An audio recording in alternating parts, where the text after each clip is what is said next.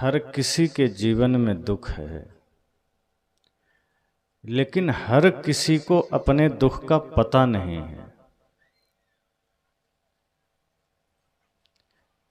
हर किसी के जीवन में समस्या है, लेकिन सभी को अपनी समस्या का पता नहीं।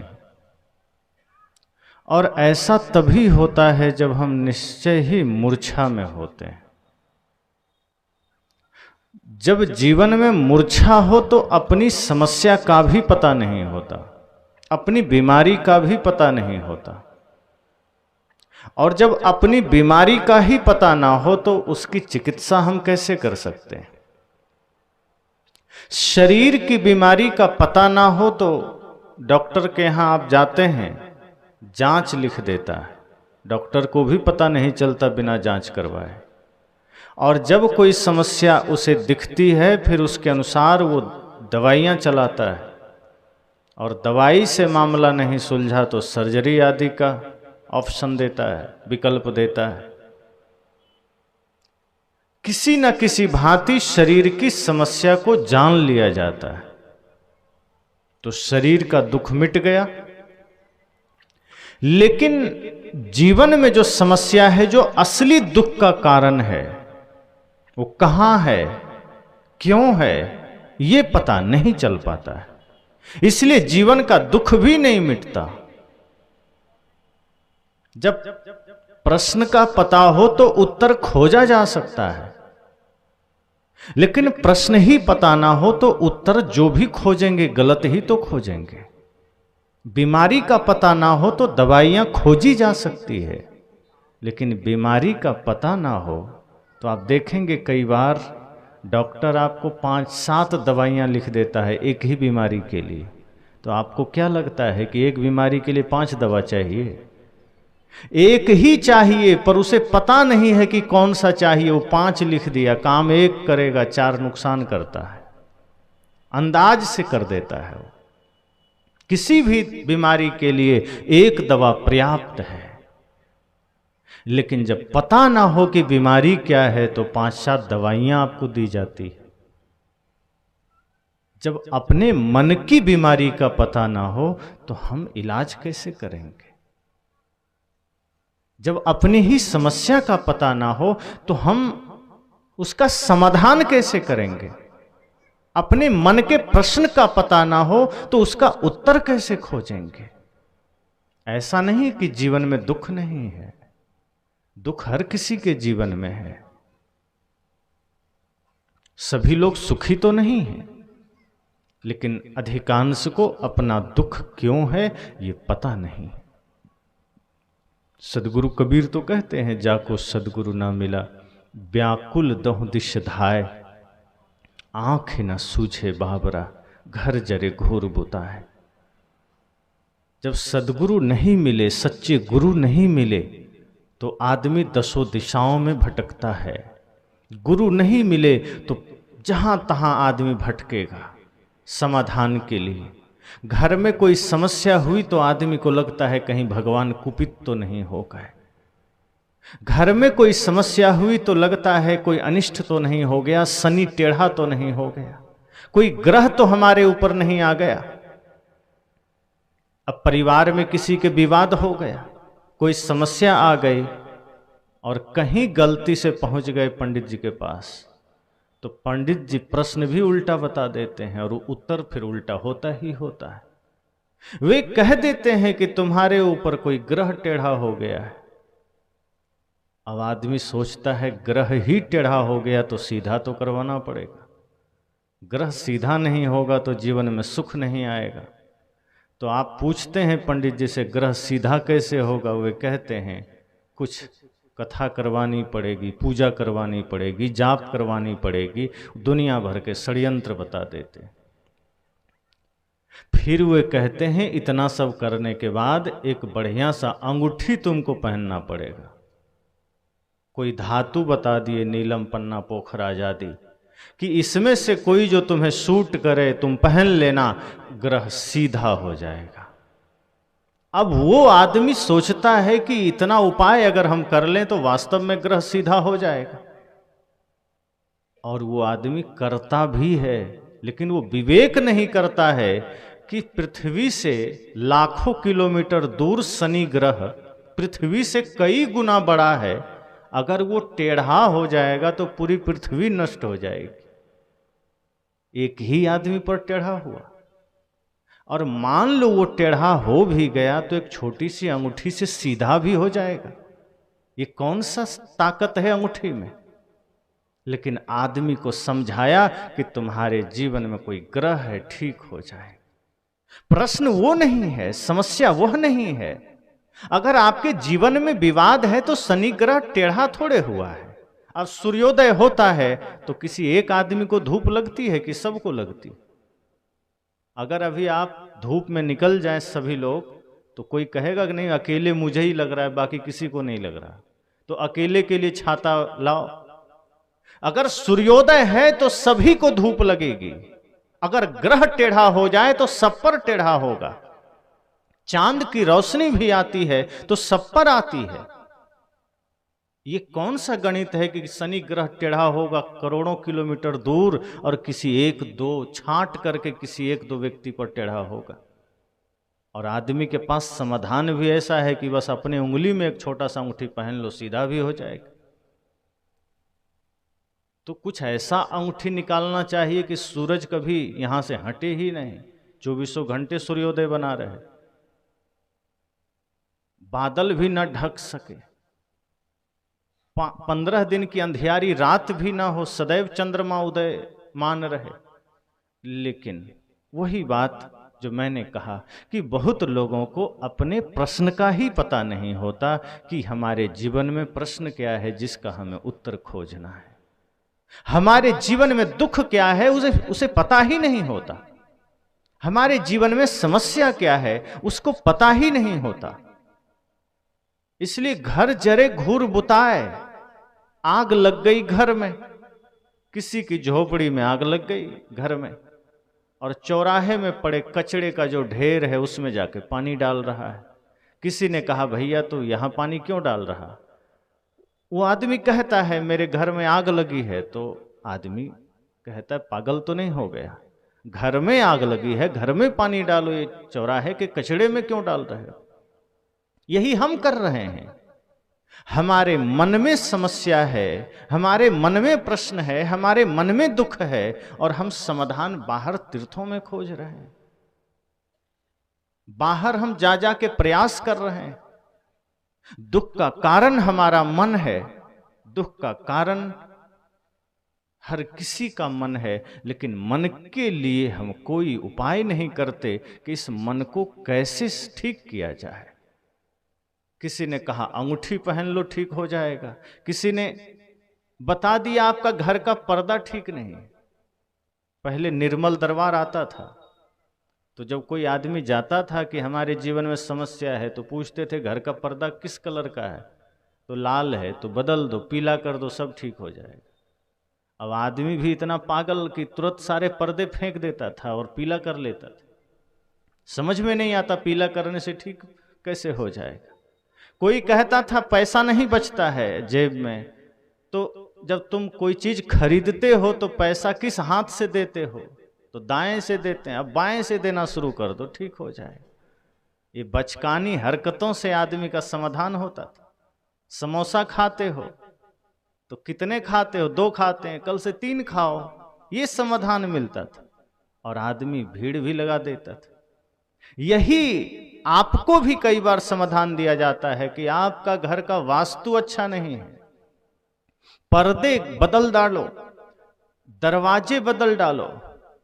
आपके जीवन में दुख है, परिवार में दुख है, आप पूछने गए कि हमारे जीवन के दुख कैसे मिटेंगे, आपको बताया गया कि जो तुम्हारा दरवाजा है पश्चिम दिशा की ओर चेंज कर दो, पूरब की ओर कर दो।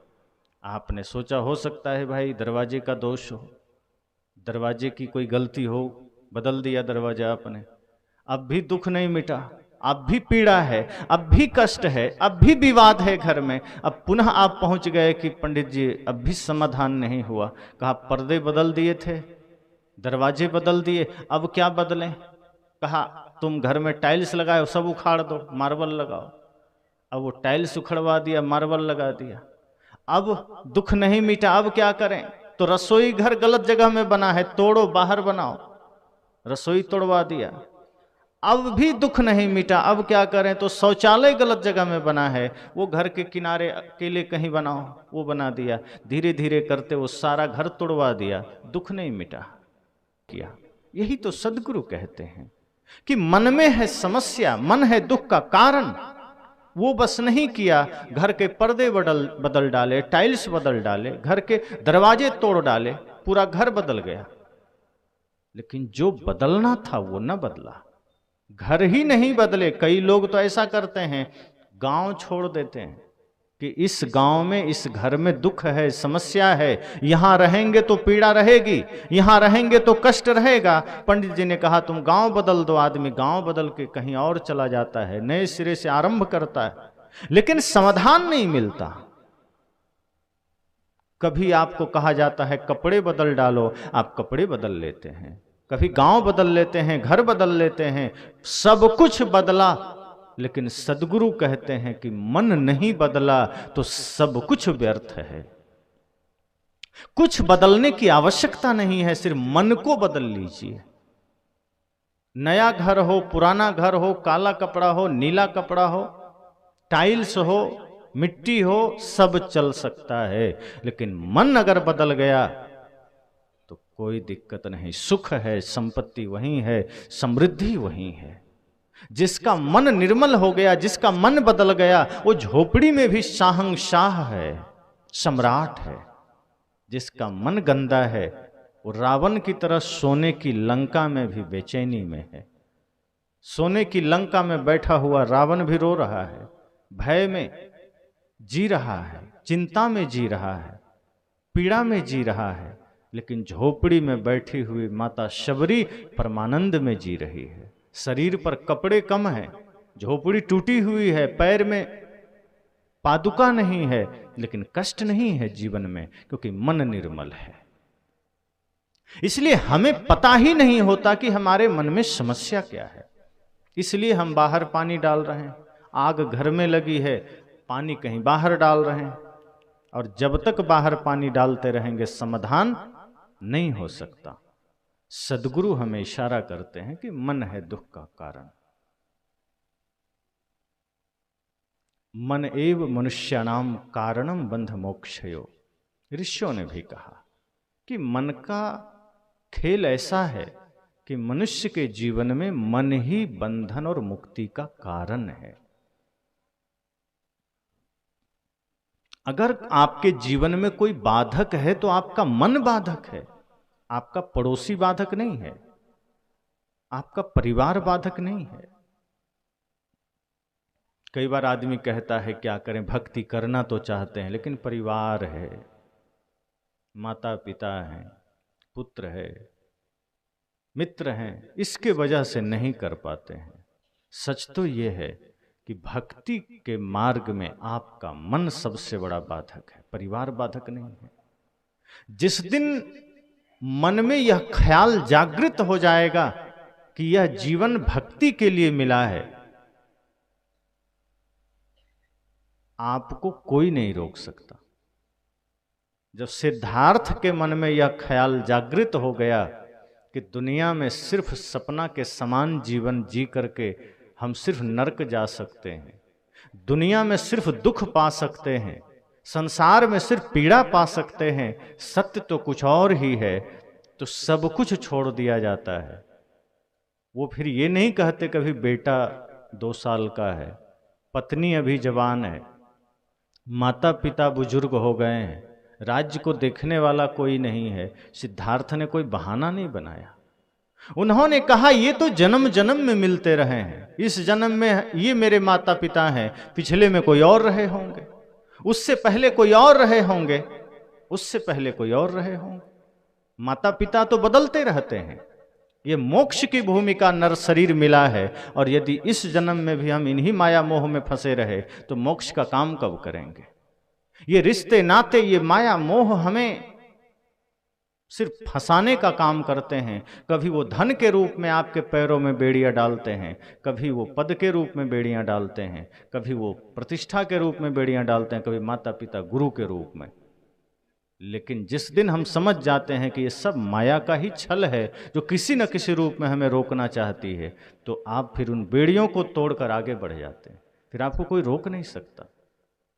संसार तो रोकेगा आपको, माया तो रोकेगी, उसका काम है आपको रोकना। लेकिन आप उसे समझ तब पाते हैं जब आपको यह पता चलता है कि समस्या बाहर नहीं भीतर है। आपके दुख का कारण कोई दूसरा नहीं है, मन ही दुख का कारण है और मन आपके अधीन होना चाहिए। लेकिन उल्टा होता है, हम मन के अधीन हो जाते हैं, मन हमारा मालिक हो गया। जैसे कोई नौकर नौकरी कर रहा है किसी के घर, और नौकरी करते करते वो मालिक के ऊपर शासन करने लगे और मालिक लाचार होकर उसका गुलाम बन जाए। तो मालिक का सब कुछ है, खेत है, जमीन है, संपत्ति है, गाड़ी है, लेकिन अगर मालिक लाचार हो गया तो नौकर ही सब कुछ संचालित करने लगता है। यही हाल मन का है। आप हैं मालिक, आप जीव हैं, आत्मा है, आप स्वामी हैं, लेकिन मन के अधीन होकर के, मन के गुलाम होकर के आप लाचार हो गए। और अब मन आदेश कर रहा है सत्संग में नहीं जाना है, मन आदेश कर रहा है भजन नहीं करना है, मन आदेश कर रहा है दान धर्म नहीं करना है, गुरु की शरण में नहीं जाना है। तो मन क्या कहता है कि नौटंकी देखना है, गाने सुनना है, नशा करना है, दुर्व्यसन करना है, राग रंग में जाना है, प्रपंच में जाना है। मन आपको गलत रास्ते में ले जाना चाहता है। और जहां कुछ लगे कि आपका मन कहीं आपको गलत रास्ते में ले जा रहा है, छल कपट के रास्ते पर ले जा रहा है, नशा दुर्व्यसन के रास्ते पर ले जा रहा है, समझ जाइए कि मन आपका मालिक बन चुका है, आप मन के गुलाम हो गए। इसलिए सदगुरु कबीर कहते हैं अपने दुख को समझिए, और आपका दुख किसी दूसरे के वजह से नहीं है, आपके जीवन में बंधन किसी दूसरे ने नहीं डाला है, आपके मन के कारण सारी समस्याएं हैं, सारे दुख आपके मन के वजह से है, सारे विवाद का जड़ आपका मन है, सारे समस्याओं का कारण हमारा मन है। और जब सारे समस्याओं का कारण स्वयं मन ही है तो मन को ही साधना जरूरी है, मन को ही निर्मल करना जरूरी है। हम बाहर व्यर्थ क्यों भटक रहे हैं? बाहर सारे प्रयास व्यर्थ हैं। जैसे पेड़ के जड़ में आप पानी डालते हैं तो पूरा पत्ता डाल सब हरे भरे हो जाते हैं। अब आप सोचें कि नहीं, पत्ते को हरा करना है तो पत्ते पर पानी डालेंगे, तना को स्वस्थ रखना है तो तना पर पानी डालेंगे। अब सब तरफ पानी डालें और जड़ में ना डालें तो क्या होगा? पेड़ सूख जाएगा। वहां बाहरी गणित काम नहीं करेगा कि पत्ती को हरा करने के लिए पत्ती पर पानी डालना है। ये आंख गलत दृश्य ना देखे इसलिए आंख में पट्टी बांध लिया, कान गलत शब्द न सुने इसके लिए कान में रुई ठूंस लिया, पैर गलत मार्ग में ना जाए इसके लिए पैर में बेड़ियां बंधवा लिया, हाथ गलत काम ना करे इसके लिए हाथ बांध लिया। तो क्या लगता है कि आपसे गलती नहीं होगी? ये गलती आंख थोड़े करती है, ये गलती नाक भी नहीं करता, ये गलती कान नहीं करते, ये गलती पैर हाथ नहीं करते, ये गलती मन करता है और मन ही करवाता है। इसलिए आंख खुली हो कोई दिक्कत नहीं, कान खुले हो कोई दिक्कत नहीं, हाथ पांव खुले हो कोई दिक्कत नहीं, लेकिन मन वश में होना चाहिए। और जिसने मन को वश में कर लिया उसकी आंखें तो खुली रहेगी पर वो गलत नहीं देखेगा। मन वश में हो गया, कान तो खुले रहेंगे पर वो गलत शब्द नहीं सुनेगा। अब किसी को लग सकता है कि बाजार में हम चलें, कहीं गलत दृश्य है तो आंख कैसे नहीं देखेगी? जरूर देखेगी। कहीं गलत शब्द सुनाई देगा तो कान कैसे नहीं सुनेगा? सुनेगा।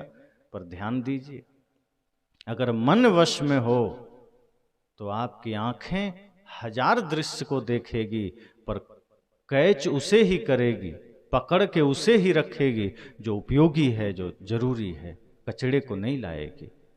यही सदगुरु कहते हैं कि जब मन वश में हो जाएगा तो आप जाएंगे संसार में, बाजार में, पूरी दुनिया आपके सामने होगी, पेड़ पहाड़ पर्वत आपके सामने होंगे, तमाम तरह के दृश्य आपके सामने होंगे, अच्छे बुरे चित्र आपके सामने होंगे। लेकिन जब आपका लक्ष्य सही हो जाता है, जब आपका मन सही हो जाता है, वश में हो जाता है, तो आपकी आंखें वहीं जाके टिकेगी जो जरूरी है, जो आवश्यक है। अब आप सभी बाजार जाते हैं, जो शाकाहारी लोग हैं, सब्जी मार्केट चले गए, थोड़ी ही दूरी पर मुर्गी लोग बेच रहा है, मछली बेच रहा है, तो क्या करते हैं आप? मुर्गी खरीदते हैं कि नहीं ये तो मुझे दिख रहा है, इसे भी खरीद लेते हैं। सब कुछ दिख रहा है आपको, लेकिन जो आपको जरूरी है आप वही खरीद के चले आते हैं। किसी को कपड़ा खरीदना है, बगल में लोहा का दुकान है, तो आप कहते हैं कि क्या करें, बगल में लोहा का भी दुकान दिख गया, आप तो लेना पड़ेगा। आपको जो आवश्यक लगता है आप वो खरीद के चले आते हैं। इसी तरह से जब मन वश में हो जाता है तो संसार में जहां भी आपकी आंखें जाती है, आपकी दृष्टि जाती है, आप कुछ भी कचरा नहीं उठाते, आप फिर वही लेते हैं जो आपके लिए जरूरी है, जो आपके लिए आवश्यक है। फिर आप जहां तहां मन को ले नहीं जाते। लेकिन जब मन मालिक बना बैठा हो तो मन आपको नचाएगा, कभी नशा के मार्ग पर ले जाएगा, कभी हिंसा के मार्ग पर ले जाएगा, कभी विवाद के मार्ग पर ले जाएगा, कभी छल कपट के मार्ग पर ले जाएगा। और आपके घर के टूटने का सबसे बड़ा कारण आपका मन है, क्योंकि मन आपका मालिक हो गया और वो अहंकार, काम, क्रोध, लोभ, मोह को ही अपना शक्ति बना लिया। अब जिस मन में अहंकार हो, जिस मन में छल कपट हो, ईर्ष्या द्वेष हो, स्वार्थ हो, फिर वो कभी भी आपको स्थिर नहीं रहने देता। वो समाज को बांटेगा, घर को बांटेगा, जीवन को बांटेगा। इसलिए सद्गुरु कहते हैं मन को निर्मल रखिए। मन निर्मल रहेगा, आपका घर स्वर्ग बना रहेगा। सब चाहते हैं बढ़िया जीवन हो, बढ़िया घर हो, बढ़िया समाज हो, उसके लिए खुद को बढ़िया बनाना पड़ता है। हम सदैव दूसरे में अच्छाई तलाशते। हर आदमी कहता है कि मेरे से ईमानदारी का व्यवहार रखना, मेरे साथ छल मत करना, लेकिन कभी आदमी अपने से ये सवाल नहीं करता कि दूसरे को कहने से पहले हम दूसरे से छल करना छोड़ दें, हम किसी से झूठ बोलना छोड़ दें। जब आपको किसी का झूठ पसंद नहीं, आपको किसी की निंदा पसंद नहीं, आपको किसी से क्रोध पसंद नहीं, फिर आप दूसरे को क्रोध क्यों देने को तत्पर हैं? फिर आप दूसरे से झूठ क्यों बोल रहे हैं? फिर आप दूसरे के साथ विवाद क्यों कर रहे हैं? सद्गुरु कहते हैं दुख का कारण आपका मन है। मन ही हमारे जीवन में मोक्ष का भी कारण है, मन ही बंधन का कारण है। मन को समझ लें तो दुख समझ में आ गया, फिर समाधान हो सकता है, वरना भटकते रहेंगे, पता ही नहीं चलेगा। रास्ते में कोई अंगूठी बेचता मिल जाएगा, आप वहाँ बैठ जाएंगे कि थोड़ा सा ले लें। आप देखिए कहीं कहीं आपको मिल जाएगा। स्टेशनों के बाहर बहुत से लोग अंगूठी बेच रहे होते हैं, ताबीज बेच रहे होते हैं। वे कहते हैं कि अगर ये अंगूठी ले लिया तो घर में धन बरसेगा, लक्ष्मी साक्षात तुम्हारे घर आ जाएगी। और आप सोचते हैं अगर 100-200 रुपये में लक्ष्मी घर आ जाएगी तो क्या दिक्कत है। पर वहाँ ये विवेक नहीं करते कि जो आदमी 50 अंगूठी लेके बैठा हो, अगर इतनी ही लक्ष्मी अंगूठी से घर आती, वो तो 10 उंगली में पहन लेता खुद। अब 10 में पहन लेता, सोचो कितनी लक्ष्मी उसके घर आती। लेकिन बेचारा 150 के लिए धूप में बैठा धूल खा रहा है और आपको उल्लू बना रहा है। लेकिन आपका मन वहाँ उल्लू बन रहा है। वो समझ रहा है, आपको भी मन समझा रहा है कि नहीं यही ठीक है, पहन लो अंगूठी, क्या होता है। बहुत से लोगों को मैंने देखा, सभी उंगलियों में अंगूठी, अंगूठा छोड़ करके। तो पूछता हूं मैं कई बार कि ये किस लिए कहा, ये अमुक पंडित जी ने दिया, ये किसी ताबीज वाले ने दिया, ये किसी ने दिया, किस लिए? तो किसी ने कहा धन की वृद्धि हो जाएगी, किसी ने कहा रोग नहीं आएगा, किसी ने कहा धन बना रहेगा, किसी ने कहा कोई काल कष्ट तुम्हारे जीवन में नहीं आएगा। तो जब पूछता हूँ कि इतने सारे अंगूठी पहनने के बाद जीवन में आज तक कोई कष्ट आया? का कष्ट तो बना रहता है, तो पहनने से क्या फायदा? अगर दुख मिट जाए अंगूठी से, दुख मिट जाए ताबीज से, तो फिर ये ज्ञान ध्यान स्वास्थ्य चिकित्सालय किस लिए? फिर तो सरकार को अंगूठी बांट देना चाहिए सभी लोगों में, जैसे 5 किलो अनाज बांटती है सरकार, तो अंगूठी बांट दे एक बार कि सब पहन लो भाई, किसी के ऊपर ग्रह नहीं आएगा। कई लोग आपको कछुआ बांटते मिल जाएंगे, कछुआ का, चांदी का कछुआ, इसको घर में रखिए धन बरसेगा। और आप देखिए कि गरीब लोग के घर आपको कछुआ नहीं मिलेगा जल्दी, अमीरों के घर में मिलेगा, उनके पास पहले से अमीरी है, वो और खरीद रहे हैं, तो अमीरी तो है ही। कोई गरीब को देकर देखिए, अगर धन बरस जाए तो फिर सबको हो जाए। सरकार को एक बार सोचना चाहिए कि जितने गरीब लोग हैं, इतना मेहनत के बाद गरीबी नहीं मिटी, तो एक बार बढ़िया बजट बना लें और एक एक अंगूठी और एक एक कछुआ सबको बांट दें, अन्न के जगह, सब समाधान एक ही बार हो जाएगा। लेकिन सरकार को भी पता है कि ये छल के सिवा कुछ नहीं।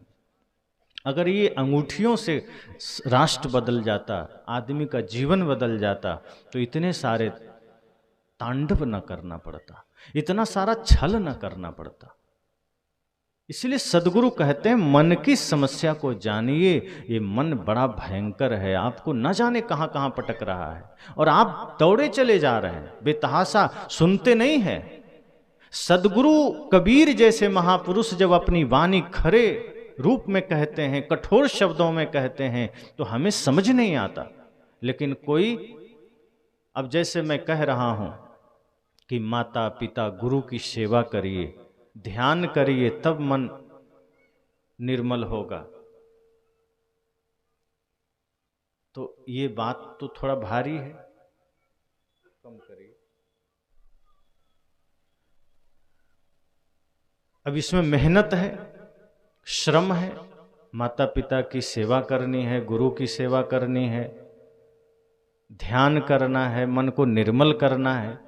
लेकिन कोई ये कह दे कि ये सब कुछ नहीं करना है आपको सिर्फ पाप करते रहिए, नाम जप कर लीजिए, कल्याण हो जाएगा, तो आप उधर मुड़ जाते हैं कि ये ठीक है, ये सस्ता काम है।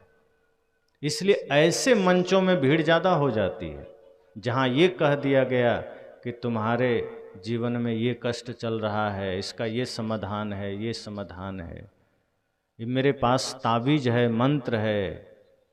जहाँ कुछ साइड से नुस्खे बता दिए जाएं, सामान्य रूप से आपको उलझा दिया जाए कि हमारे पास उपाय है, ये नाम जप का उपाय है, ये पूजा का उपाय है, ये प्रार्थना का उपाय है, ये तीर्थ यात्रा का उपाय है, आदमी सोचता है ये बढ़िया है, वहाँ फिर भीड़ लग जाती है। पर जहाँ यथार्थ कहा जाए कि बाहर कोई उपाय नहीं है, कोई भी उपाय आपको करना पड़ेगा। भूख लगी है, आपको भोजन करना पड़ेगा, दूसरा कोई विकल्प नहीं है। अगर सिर में दर्द है तो या तो प्राणायाम करना पड़ेगा या दवा लेनी पड़ेगी, दूसरा कोई विकल्प नहीं। जीवन में दुख है तो एक ही उपाय है कि आपको उस दुख के शमन के लिए मन को निर्मल करना पड़ेगा, गुरु के बताए रास्ते पर चलना पड़ेगा। जो गुरु के बताए रास्ते पर चला उसके जीवन में उजाला आ गया। इसलिए सदगुरु कहते हैं कि दुख का कारण कोई दूसरा नहीं है। आपका दुख पत्नी के वजह से नहीं है, मित्र के वजह से नहीं है, भगवान के भी वजह से नहीं है। बहुत लोग कहते हैं क्या करें, भगवान यही दुख दिए हमें, क्या करें। कई लोग दुखी होते हैं, भगवान पर टाल देते हैं। अब जो भगवान होंगे वो दुख क्यों देंगे? भगवान तो सुख देंगे, लेकिन आदमी अपने ऊपर कोई रिस्क लेना ही नहीं चाहता। कुछ भी हुआ दूसरे पर डाल देना है।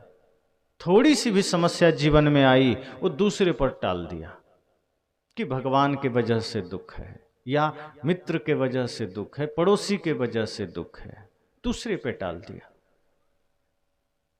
और दूसरे पर जब टाल दिया तो छुट्टी हो गई कि अब हम क्या कर सकते हैं, जब दुख ही दूसरे के वजह से। हमारे दुख का कारण अगर कोई दूसरा है तो हम खुद समाधान क्यों करेंगे? अब दूसरा जब तक चाहे आपको दुखी रखेगा। और यही समस्या हमारे जीवन की है कि हम दुख का भी कारण दूसरे को मानते हैं और सुख का भी कारण दूसरे को मानते हैं। और यही कारण है कि हम कभी सुखी नहीं हो पाते। मान लीजिए आपने मान लिया कि हमारे पास बढ़िया गाड़ी है तो सुख है, तो बढ़िया गाड़ी अगर है तो सुख है, और किसी दिन गाड़ी चली गई तो दुख आ जाएगा, क्योंकि गाड़ी की वजह से सुख था। मान लिया कि बढ़िया घर है तो सुख है, तो घर कभी ढह गया तो दुख आ जाएगा। पत्नी में सुख है तो पत्नी कभी विपरीत हो गई तो दुख हो जाएगा। बाहर जिन जिन वस्तुओं का आधार आप लेंगे सुख के रूप में, वो सारी वस्तुएं धीरे धीरे खिसक जाएगी। संसार के किसी भी चीज को अगर आप ये मानते हैं कि ये मेरे सुख का आधार है, तो संसार तो सरक रहा है, वो सुख का आधार सरक जाएगा। अगर आप बाहर मानते हैं ये हमारे दुख का कारण है, तो वो दुख का कारण तो आज कोई और है, पर कल कोई और हो जाएगा। दुख का कारण बदलता रहेगा, आप कभी सुखी हो ही नहीं सकते। सदगुरु कहते हैं सुख का भी कारण आप हैं, दुख का भी कारण आप। अरे इसे तो राम जी ने भी कहा।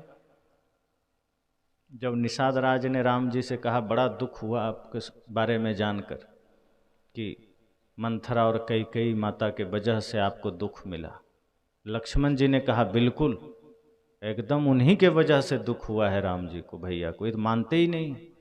हम तो पहले ही कह रहे थे कि मंथरा को 2 थप्पड़ देते हैं सब ठीक हो जाए, लेकिन ये सुने ही नहीं। तो राम जी ने क्या कहा, काहुन को सुख दुख कर दाता, निज कृत कर्म भोग सुनु भ्राता, कि लक्ष्मण चिंता ना करो, छोड़ दो ये सारी बातें। कोई किसी को सुख दुख नहीं दे सकता, स्वयं राम कह रहे हैं। सुख दुख का कारण हम खुद हैं। हम अपने ही किए हुए कर्मों का फल पाते हैं। हम अपने ही किए हुए कर्मों का सुख या दुख के रूप में फल पाते हैं, कोई दूसरा उसका आधार नहीं। हमारा मन ही हमारे दुख का कारण है, हमारा मन ही हमारे सुख का भी कारण है। इसलिए तो गुरुदेव कबीर कहते हैं, कबीर मन तो एक है भावे तहां लगाओ, भावे गुरु की भक्ति करो, भावे विषय कमाओ। कि मन तो एक ही है, अगर आपने इसे भक्ति में लगाया तो आनंद पाएंगे, इसे विषय में लगाया तो दुख पाएंगे। अब आपको तय करना है मन को कहाँ लगा रहे हैं। और अधिकांश लोग मन को प्रपंच में लगाते हैं, दुख में लगाते हैं। कहीं झगड़ा हो रहा हो, 2 आदमी में लड़ाई ठन गई हो, तो मन कहता है जरा रुक जाओ। कहीं सत्संग हो रहा हो तो मन कहता है कल आ जाएंगे, 3 दिन का है, आज क्या जल्दी है, चलो पहले काम कर लेते हैं। लेकिन आगे निकलते ही झगड़े के जगह पर आप पहुंच गए, 2 आदमी एकदम अब लड़ने ही वाला है, मन कहता है जरा रुको तो सही, देख तो लें, बड़ा मजा आ रहा है, थोड़ा देखें तो सही। अब मन को बड़ा रस आ रहा है झगड़े में, मन चाह रहा है कि किसी का पैर तो टूटे, किसी का हाथ टूटे, सिर फूटे। अब लड़ाई तो ठन गई, दोनों में लगा उठा पटक हो जाएगी, लेकिन किसी तरह मामला शांत हो गया, हाथ पैर न टूटे न फूटे, कोई हमला नहीं किया, गाली गलौज करके रह गया। अब मन कहता है ओह 5 मिनट बेकार हो गया, अच्छा होता थोड़ा लड़ लेता, हाथ पैर टूटता, मजा आता।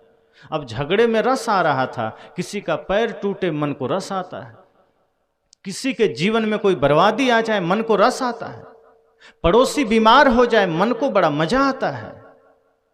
सदगुरु कहते हैं आप दुख बटोरते हैं ऐसे कचड़ों से। दूसरे का दुख देखा आपको आनंद आ रहा है, दूसरे को पीड़ा में देखा आनंद आ रहा है, दूसरे को झगड़े में देखा आनंद आ रहा है। लेकिन सत्संग बगल में चल रहा है तो मन कहता है आज क्या करना, अभी तो 3 दिन है, अंतिम दिन चलेंगे।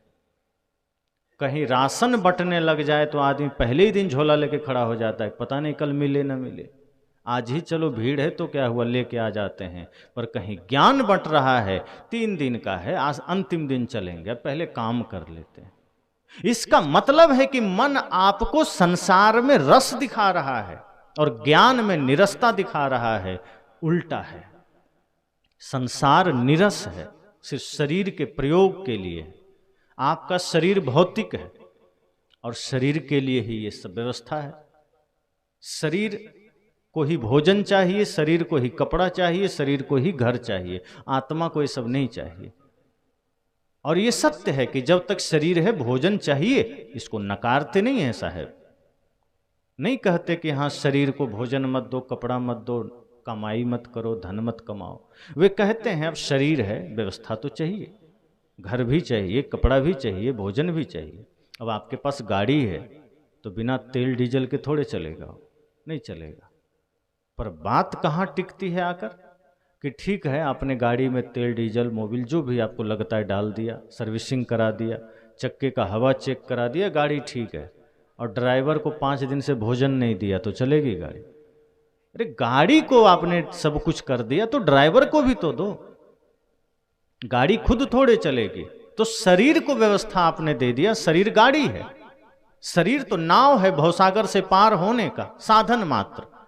तो शरीर को आपने सब कुछ दे दिया और दे भी रहे हैं, प्रयास भी कर रहे हैं, धन के लिए, पद के लिए, प्रतिष्ठा के लिए सब दे दिया, खाना पीना दे दिया, कपड़ा दे दिया, लेकिन आत्मा को क्या दिया, स्वयं को क्या दिया?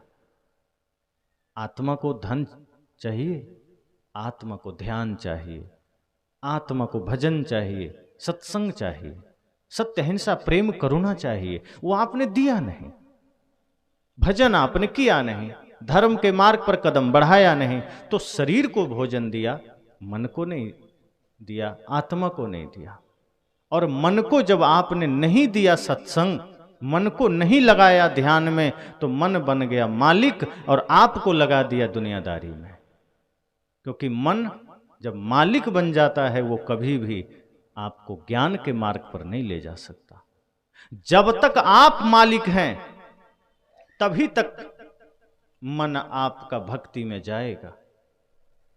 अगर मन मालिक बन गया, मैंने कहा, फिर वो आपको गलत दिशा में ले जाएगा। इसका कारण क्या है? क्योंकि मन जन्म जन्म से विषयों का ही अभ्यासी है।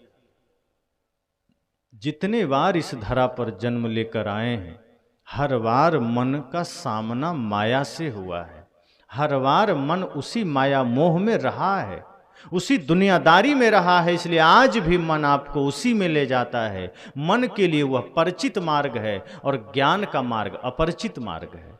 इसलिए मन आपको इस पर नहीं ले जाएगा। मन की दशा जल की भांति है। जैसे आप जल गिरा दीजिए जमीन पर तो कहाँ जाएगा? जहां गड्ढा होगा पानी खुद चला जाएगा, जल खुद चला जाएगा। आपको प्रयास नहीं करना पड़ेगा कि पानी गिरा दिया अब गड्ढे में कैसे ले जाएं। जहां गड्ढा होगा जल स्वतः पहुंच जाएगा। लेकिन उसी जल को ऊंचाई में ले जाना हो तो आपको प्रयास करना पड़ेगा, वहां खुद से नहीं जाएगा वो। तो फिर आप मोटर की व्यवस्था करते हैं, फिर वो जल मोटर के माध्यम से 1 मंजिला 2 मंजिला 20-50 मंजिला पर चढ़ जाता है। वहां फिर आपको यत्न करना पड़ता है। इसी तरह मन को आप जैसे ही ढीला छोड़ते हैं तो मन खुद ही संसार में चला जाता है, आपको लेके थोड़े जाना पड़ता है। और आप इसका प्रमाण देखिए, किसी को क्रोध सिखाना पड़ा कि चलो अब बच्चे बड़े हो गए हैं, पढ़ना सिखा रहे हैं, साथ साथ में थोड़ा क्रोध भी सिखा दें, आगे काम आएगा। आपको सिखाना पड़ा क्या? कि बच्चे बड़े हो रहे हैं, थोड़ा गाली भी सिखा दें 2-4, क्या पता कहाँ झगड़ा हो जाए, काम आ जाएगा। सिखाना पड़ा? खुद सीख गए। किसी चोर को चोरी सिखाना पड़ा क्या? कि चलो कहीं किसी शहर में एक ट्रेनिंग सेंटर है, विद्यालय है, वहाँ भर्ती कर दें, बढ़िया चोर बन के निकलेगा। पुलिस का व्यवस्था है, पुलिस कैसे बनना है, आर्मी कैसे बनना है, डॉक्टर कैसे बनना है, इंजीनियर कैसे बनना है, साधक कैसे बनना है, इसके लिए भी आश्रम की व्यवस्था है। लेकिन चोर कैसे बनना है, डाकू कैसे बनना है, लुटेरा कैसे बनना है, जुआरी कैसे बनना है, नशेड़ी कैसे बनना है, कोई व्यवस्था नहीं। पर दिक्कत आती है सीखने में। थोड़ा सा सावधान हुए आदमी लुटेरा बन जाता है, थोड़ा सा सावधान हुआ आदमी चोर बन जाता है, थोड़ा सावधान हुआ आदमी हिंसक बन जाता है, नशेड़ी बन जाता है, जुआरी बन जाता है। उसके लिए प्रयास नहीं करना पड़ता, क्योंकि वो नीचे का मार्ग है, गड्ढा का मार्ग है। जैसे ही बस मन को हल्का ढीला छोड़ा कि मन अपने आप बुराई में चला जाएगा, कोई यत्न नहीं करना पड़ेगा।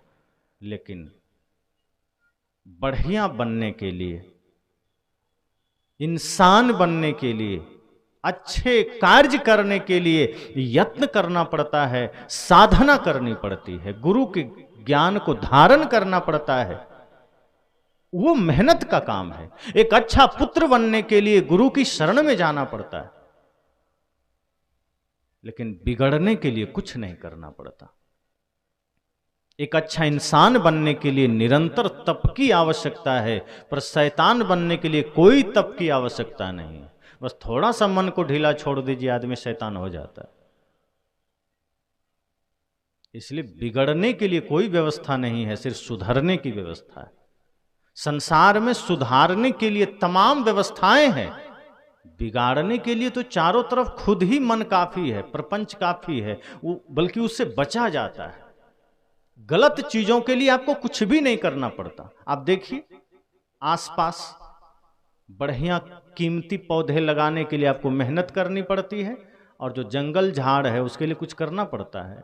आप दवा डाल डाल के थक जाते हैं, बहुत से झाड़ उगे ही चले जाते हैं, वो मरते ही नहीं है।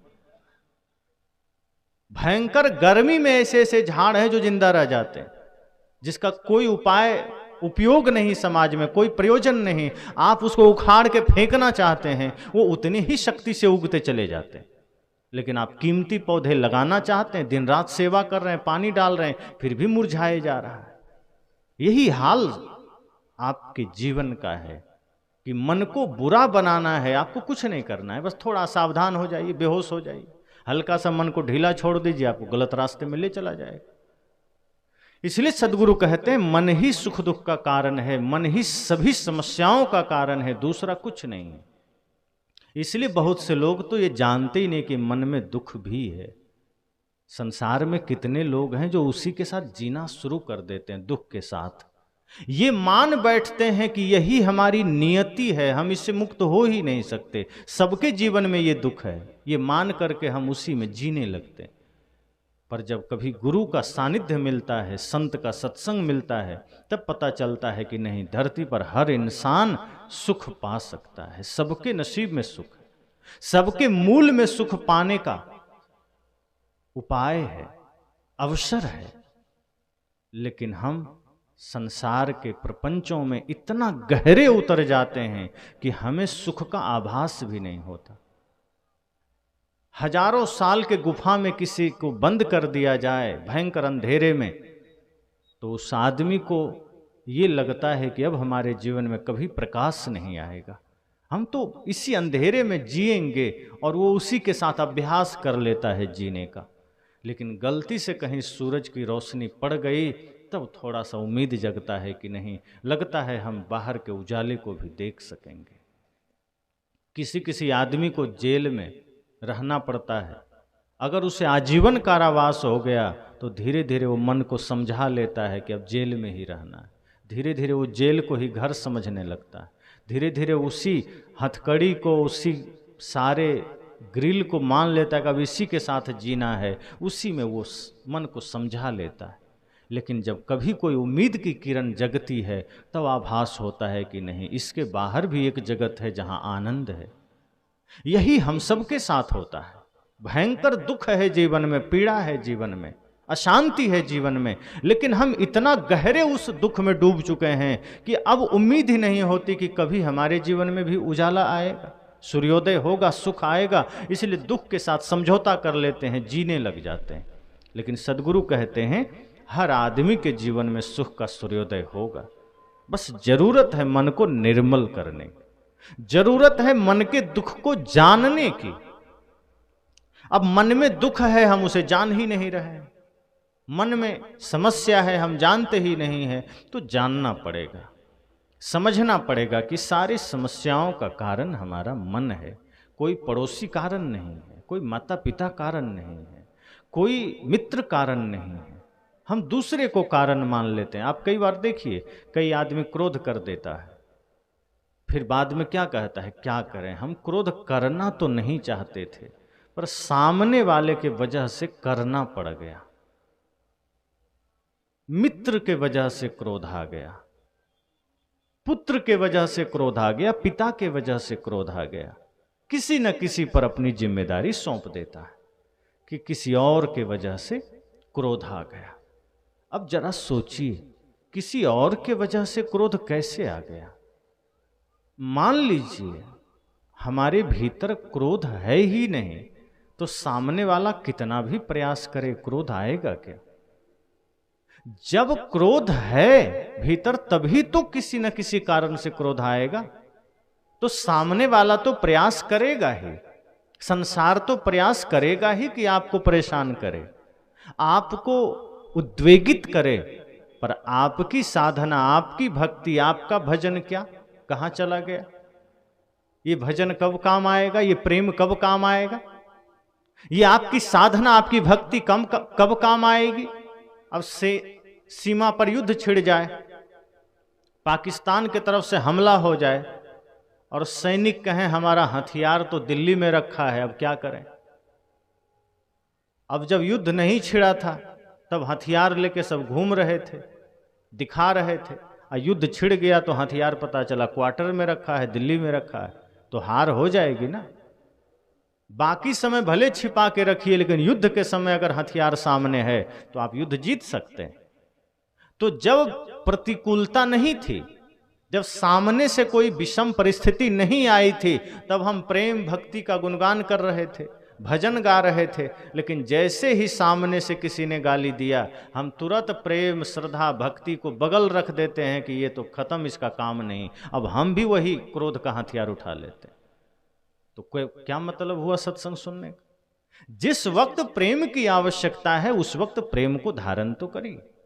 जब कोई गाली दे तो आपके भीतर से प्रेम के शब्द निकले, जब कोई क्रोध करे आपके भीतर से करुणा प्रेम के निर्मल मीठे शब्द निकले, जब कोई हमला करे उस वक्त अस्त्र चलाइए, ज्ञान का अस्त्र चलाइए, प्रेम का अस्त्र चलाइए।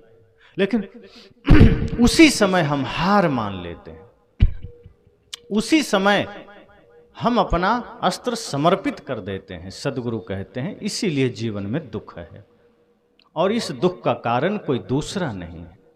जो ज्ञान, जो भक्ति, जो वैराग्य की शिक्षा हम संत सत्संग से पाते हैं, अगर यह जीवन में बना रहे तो कभी दुख नहीं आएगा। सत्संग में हम आए और सत्संग में जो हमने सुना, अगर वो हमने आत्मसात कर लिया, काम बन जाएगा। लेकिन हम आत्मसात नहीं करते हैं, बहुत सी बातों को हम सिर्फ कंठस्थ कर लेते हैं। तो कंठस्थ का मतलब है जो कंठ में जाके स्थित हो गया। तो जो कंठस्थ होगा वो आचरण में नहीं उतरेगा, लेकिन जो आत्मसात हो जाएगा, हृदयस्थ हो जाएगा, वो आचरण में उतर आता है। इसलिए सदगुरु कहते हैं ज्ञान की बातों को रटना मत, कंठस्थ मत करना, उसे समझना, उसे हृदयस्थ करना, तब वो आपके कर्म में उतरेगा, तब वो आपके आचरण में उतरेगा। यही ज्ञान की प्रमुखता है, यही ज्ञान की शक्ति है कि अगर आपके कर्म में उतर गया, वो ज्ञान आपको भी पूजनीय बना देगा, आपको भी अमर बना देगा। लेकिन अगर वो ज्ञान सिर्फ मस्तिष्क में रह गया, कंठ तक रह गया, फिर वो ज्ञान किसी काम का नहीं है, फिर वो सिर्फ दूसरे के लिए काम आ जाएगा। इसलिए सदैव यह प्रयास करिए कि मन हमारे दुख का कारण है, हमारे समस्याओं का कारण है, और इस मन को जब हम साध लेंगे, इस मन को जब सत्संग के द्वारा निर्मल कर लेंगे, दुख मिट जाएंगे। फिर किसी में शत्रुता नजर नहीं आएगी, फिर कोई क्रोध भी चाहेगा कि आपके भीतर दिला दें, आपको नहीं आएगा। अब भगवान बुद्ध रास्ते में जाते हैं, कितने लोग गाली दे देते हैं, कितने लोग अपशब्द कह देते हैं, लेकिन भगवान बुद्ध के चेहरे पर शांति है, चेहरे पर मुस्कुराहट है। कोई गाली भी दिया तो आप उसका जवाब नहीं दीजिए। कल मैंने कहा था कि समाज में हर तरह से आपको जीना पड़ेगा। कहीं आपको अपनों के बीच सिर भी झुका लेना है अगर प्रेम बना के रखना है। आप चाहते हैं घर ना टूटे, आप चाहते हैं समाज ना टूटे, तो अपने के बीच सिर भी झुका लीजिए। लेकिन अगर आप ये चाहते हैं कि नहीं टूटे तो टूटे, हम झुकेंगे नहीं, तो कदम कदम पर टूटेगा।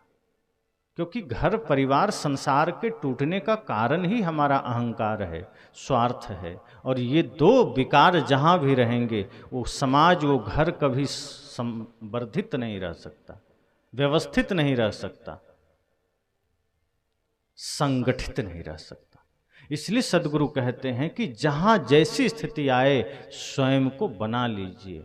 अगर कहीं झुकना पड़े झुक जाइए, कहीं मौन रहना पड़े मौन हो जाइए, कहीं स्वीकारना पड़े स्वीकार लीजिए, लेकिन झगड़े का कारण मत बनिए। कारण अगर बनना है तो झगड़े मिटाने का कारण बनिए। कारण अगर बनना है तो अपने बच्चों के सुंदर भविष्य का कारण बनिए। कारण अगर बनना है तो अपने समाज के उत्थान का कारण बनिए। मैंने कल और भी कहा था कि जब भी हम कुछ गलत करते हैं तो वो सिर्फ हम अपने लिए नहीं करते, हम समाज के लिए भी करते हैं।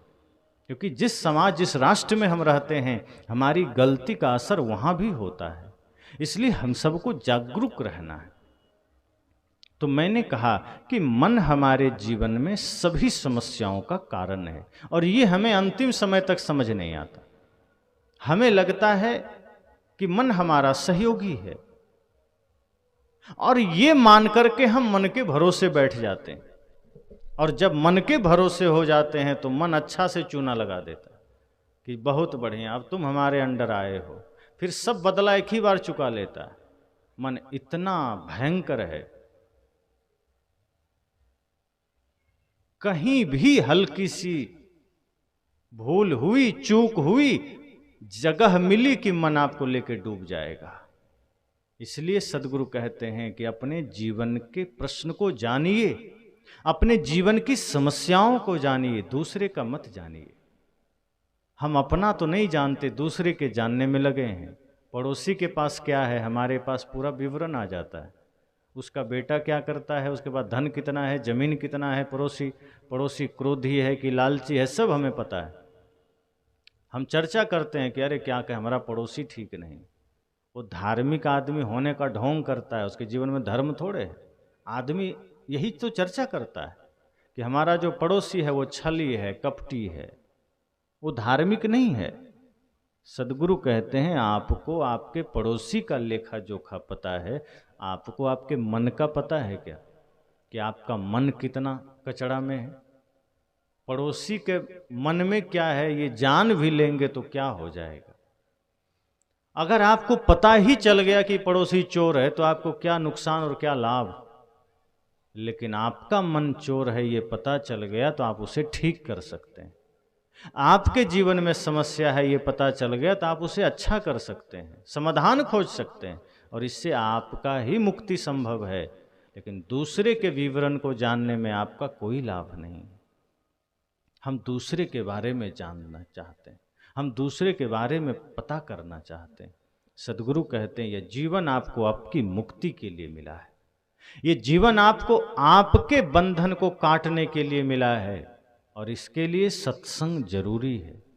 इसी सत्संग से आपको पता भी चलेगा कि मन हमारा कहाँ ले जा रहा है, मन क्या कर रहा है। जैसे आप कभी दर्पण के सामने जाते हैं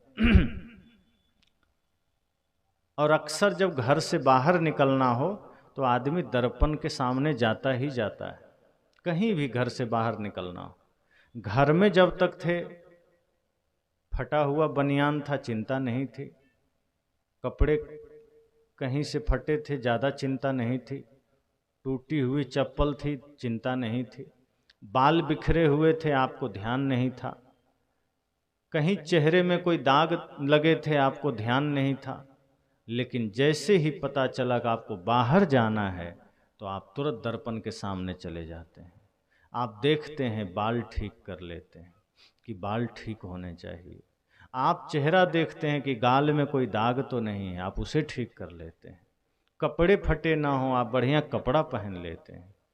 नीचे नज़र डालते हैं कि चप्पल तो ठीक है, अगर टूटा है तुरंत नया चप्पल निकाल लेते हैं, बढ़िया चप्पल, तब घर से बाहर निकलते हैं। तो दर्पण के सामने आपने शरीर को देखा और शरीर में कोई दोष नजर आया, आपने ठीक कर लिया। लेकिन सदगुरु कहते हैं कि विवेक की आंख से एक बार सत्संग के दर्पण में, ज्ञान के दर्पण में अपना मन भी देख लीजिए, और मन में कोई दाग है कि नहीं, मन में कोई कचरा है कि नहीं, ये देख लीजिए। और लगे कि मन में कोई दाग है तो फिर उस अवस्था में घर से बाहर मत जाइए। शरीर में कोई दाग रह गया तो ज़्यादा दुख की बात नहीं है, चिंता की बात नहीं है। कपड़े फटे पहन के निकल गए, पुराने पहन के निकल गए, ज़्यादा चिंता की बात नहीं है। चप्पल पुरानी है कोई चिंता की बात नहीं, लेकिन मन अगर गंदा है और गंदा मन के साथ बाहर चले गए तो कहीं ना कहीं विवाद करके आएंगे, कहीं ना कहीं झगड़ा करके आएंगे, कहीं ना कहीं कोई समस्या खड़ी करके आएंगे। सदगुरु कहते हैं इसलिए घर से बाहर निकलिए तो बाहर के दर्पण में चेहरा देखिए, न देखिए कोई बड़ी बात नहीं, लेकिन एक बार ज्ञान के दर्पण में अपने चित्त को जरूर देखिए कि हमारे मन में कोई दाग तो नहीं, मन में कोई धब्बा तो नहीं। अगर मन में कोई दाग है और मन के दाग के साथ बाहर चले गए तो समझना आपकी यात्रा बिगड़ गई। फिर आप किसी न किसी विवाद का कारण बनकर आएंगे, आप किसी न किसी समस्या का कारण बनकर आएंगे। आपके जीवन के दुख का कारण आपका कपड़ा नहीं है, आपका चप्पल नहीं है, आपके जीवन के समस्या का कारण आपकी गरीबी नहीं है, बल्कि आपके जीवन की समस्या का कारण आपका मन है। बाहर से गरीबी आ जाए या गरीबी है, उससे आपको कोई दुखी नहीं होना है, क्योंकि सुख का आधार अमीरी नहीं है, व्यवस्था का आधार अमीरी है। अमीरी है तो व्यवस्था बड़ी की जा सकती है, साधन जुटाए जा सकते हैं, पर इस भूल में मत रहिए कि अमीरी आ जाएगी तो सुख बढ़ जाएगा। सुख और दुख का आधार अमीरी गरीबी है ही नहीं। अगर ऐसा होता तो आज सबसे ज्यादा सुख अंबानी के पास होता, अडानी के पास होता, या जिनके पास धन है वो खरीद के रख लेते, सुख की व्यवस्था कर लेते। लेकिन आप देखिए कि जो जितने धनी हैं उन्हें उतना ही नींद की गोलियां लेनी पड़ रही है सुख से सोने के लिए, लेकिन जो जितना गरीब है वो उतना खर्राटा मार के सो रहा है। तो जो सुख से सो जाए वो अमीर है, कि जिसके पास नींद की गोलियां लेनी पड़े वो अमीर है। मन तो आपको बाहर दिखाएगा कि उसके पास गाड़ी है, बंगला है, बढ़िया जमीन है, पैसे हैं, इसलिए वो अमीर है, पर अमीरी सिर्फ व्यवस्था का कारण बन जाती है, अमीरी सिर्फ साधन जुटा देती है, लेकिन अमीरी कभी शांति का कारण नहीं बनती। ऐसा होता तो उस समय दुर्योधन सुखी हो जाता, रामायण में रावण सुखी हो जाता, पर महाभारत में विदुर सुखी हो जाते हैं जिनके पास झोपड़ी है, रामायण में शबरी सुखी हो जाती हैं जिनके पास झोपड़ी है। और हम सोचते हैं कि ये अमीरी और गरीबी ही हमारे दुख का कारण है। अब देखिए कितने लोग गरीब होते हैं, मैं कई बार देखा। तो लोग को जब मैं कहता हूं कि कभी सत्संग करा लिया करो, तो कई लोग कहते हैं गुरुजी क्या करें, हम बड़े गरीब आदमी हैं हम सत्संग कहाँ से कराएंगे, हमारे पास खाने भर का पैसा है। लेकिन वो आदमी रोज शराब पीता है, तब मैं पूछता हूं कि ये शराब पीने में गरीबी बाधक नहीं बनी? रोज 100 रुपए का शराब पी रहे हो तब गरीबी नहीं आई, लेकिन सत्संग करने में गरीबी आ गई। बच्चे को बढ़िया स्कूल में पढ़ाओ, आदमी कहता है गरीब हैं, लेकिन गांजा पीने में, दारू पीने में, गुटखा खाने में कोई गरीबी नहीं बाधक बनती, वो सबको जुट जाता है। एक सामान्य रिक्शा चलाने वाले को भी आप देखिए, वो मुंह में हमेशा कचरा भरे रहता है। कई बार मैं सोचता हूँ ये मुख है कि कूड़ादान है, जब देखो तब कुछ न कुछ ठूसे रहता है।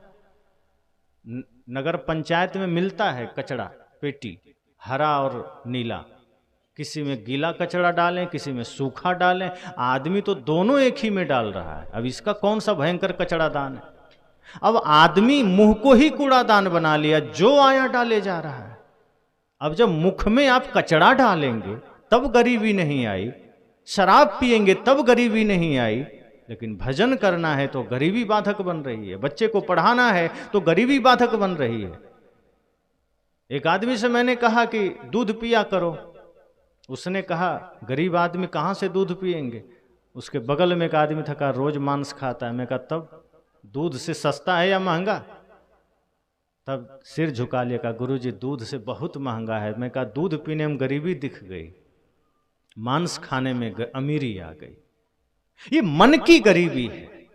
अगर आदमी चाह ले तो अपने जीवन में फिजूल खर्ची और अनावश्यक जो कार्य हैं वो छोड़ करके वो अमीर हो सकता है, मन से भी तन से भी। हम गरीब बने बैठे हैं अपनी मूर्खता के कारण, और हमें लगता है कि हमारे पास धन आ जाएगा हम सुखी हो जाएंगे। जिनके पास धन है उन्हें लगता है थोड़ा और धन आ जाएगा तब सुखी हो जाएंगे। जिनके पास थोड़ा और आ गया, अब आप पूछिए जाके मुकेश अंबानी से कि तुम सुखी हो इतना धन पाकर, वो कहता है नहीं, अभी हम चाहते हैं कि बिल गेट्स और एलन मस्क को भी पछाड़ दें तब सुखी होंगे। अब एलन मस्क जो दुनिया का सबसे धनी आदमी, उससे पूछे तुम सुखी हो, वो कहता अभी नहीं, अभी हम सोचते हैं सब देश में हमारा ही सारा प्रोडक्ट चले तब सुखी हों। दुख कहीं से भी खड़ा हो जाता है, कितना भी धन आ जाए सुख नहीं आता, वो और भयंकर दुख लेकर आता है, और फिर उसकी चोट और भयंकर होती है। आपको लगता है अमीरी आएगी तो दुख कम होगा, जितनी अमीरी बढ़ती जाएगी दुख का मात्रा उतना बढ़ता जाता है। जैसे किसी चीज की ऊंचाई बढ़ती जाती है उतनी ही खाई भी बढ़ती जाती है, इसी तरह ये अमीरी का दिखावा है, वो जितना बढ़ेगी उतना दुख का मात्रा भी बढ़ेगा। अगर आप साधारण हैं तो थोड़ा सा दुख का थपेड़ा पड़ेगा, थोड़ा सा अमीरी बढ़ी तो वही थपेड़ा जोर से पड़ेगा। इसलिए सदगुरु कहते हैं ये बाहरी अमीरी गरीबी छोड़िए, ये तो बाहरी चीजें हैं, कोई श्रम किया, किसी का कुछ संस्कार जगा, अधिक धन इकट्ठा कर लिया। वास्तव में आपके जीवन में सच्चा धन आपका भक्ति है। जिसके जीवन में भक्ति है उससे बड़ा दौलतमंद कोई नहीं। इसलिए सदगुरु कबीर ने कहा कि अरब खरबलों दर्ब है उदय अस्तलों राज, भक्ति महात्म ना तुले ये सब कौने काज। कहा कि सब कुछ है किसी के पास, अरब खरब का दौलत है, अरबों खरबों का, हजारों लाखों करोड़ों का नहीं, अरबों खरबों का। उदय से अस्त तक राज्य है। कहा जाता है अंग्रेजों के जमाने में जब पूरे दुनिया पर उसका कब्जा था तो उसके जमाने में सूर्यास्त नहीं होता था, मतलब जापान से लेकर उधर अमेरिका तक उसी का शासन था, तो जहां भी होता था कहीं न कहीं सूर्योदय होता ही होता था। तो इतना राज्य अगर किसी के पास है उदय से अस्त तक, तब भी सदगुरु कहते हैं भक्ति महात्म ना तुले। जहां भक्ति है उसके महात्म के आगे ये तुलना में ही नहीं है, बराबरी तो छोड़ दो, ये सब कौने काज। क्योंकि ये कितना भी विस्तार बाहर का है, ये शरीर के लिए है, और शरीर ही एक दिन मिट्टी में मिल जाएगा, तो उसकी तुलना क्या करना। जो धन साथ ही नहीं जा सकता उसको गिनती में क्या लाना। अगर बाहर का धन साथ जाता, धन सोना चांदी से कोई धनिक हो जाता, हीरे जवाहरात से कोई धनिक हो जाता, तो मीराबाई राजमहल में रहते हुए ही कह देती पायो जी मैंने सोना चांदी हीरा पायो। लेकिन जब तक वो सोने के बीच में हीरा के बीच में बैठी रही, रेशमी वस्त्र शरीर पर पहनी रही, तब तक तो कुछ नहीं बोला। लेकिन जब गृह त्याग दिया, धन का त्याग कर दिया, सोना चांदी हीरे जवाहरात का त्याग कर दिया, शरीर पर फकीरी वेश पहन लिया, और जब गुरु की शरण में चली गई, तब कहा पायो जी मैंने राम रतन धन पायो। वस्तु अमोलक दी मेरे सतगुरु कृपा करी अपनायो। कहा अब मैंने पाया है। जब संसार का त्याग कर दिया, बाहर के धन का त्याग कर दिया, बाहर के धन का त्याग का मतलब है उसके प्रति जो आसक्ति है मैंने उसका त्याग कर दिया, शरीर के प्रति जो मोह है मैंने उसका त्याग कर दिया। अब शरीर रहे चाहे जाए मुझे कोई फर्क नहीं पड़ता। और तब लगा कि अब मैंने राम का धन, प्रेम का धन, शांति का धन पा लिया है, गुरु के ज्ञान का धन मैंने पा लिया है। और ये ऐसा धन है जिसके लिए उन्होंने कहा खर्चे नहीं कोई चोर न लूटे। कहा बाहर का धन तो कोई बांट लेगा। सहारा कंपनी के जो मालिक थे, जब वो मरे तो बेटा यूरोप से नहीं आया देखने ये धन की स्थिति। कितना भी धन आप बटोर लिए, बच्चे को धन के पीछे लगा दिए, पर अंतिम दुर्गति इतनी भयंकर हुई कि अपना बेटा भी अंतिम क्रिया में नहीं आया। ये बाहरी धन का कमाल है। लेकिन जिसने भीतर का भी धन कमाया है, जिसने भीतर प्रेम का धन कमाया है, भक्ति का धन कमाया है, फिर उसके लिए पूरा संसार खड़ा हो जाता है, उसके लिए शांति ही शांति है। इसलिए कहते हैं बाहर का धन तो बांट लेंगे लोग, बेटा बांट लेगा, परिवार बांट लेगा, नहीं तो कोई लूट लेगा, यही तो हो सकता है, या लूट लेगा। या कोई बांट लेगा, या आप ही कहीं ना कहीं जुआ तुआ में लगा देंगे। आदमी जुआ खेल खेल के अपनी संपत्ति लगा देता है, लुटा दिया, बर्बाद कर दिया। पर मीराबाई क्या कहती हैं, ये बाहर का धन नहीं है, और जिसने ज्ञान भक्ति प्रेम का धन पा लिया, खर्चे नहीं कोई चोर न लूटे। आपके पास 100 रुपया है, आप किसी को 1 रुपया देंगे तो 1 रुपया कम हो गया, अब 99 बचा। लेकिन अगर प्रेम का धन आपके जीवन में है, आपने किसी को प्रेम दे दिया, तो क्या प्रेम घट जाएगा? वो जितना देंगे वो उतना गुना मल्टीप्लाई हो जाएगा, बढ़ जाएगा।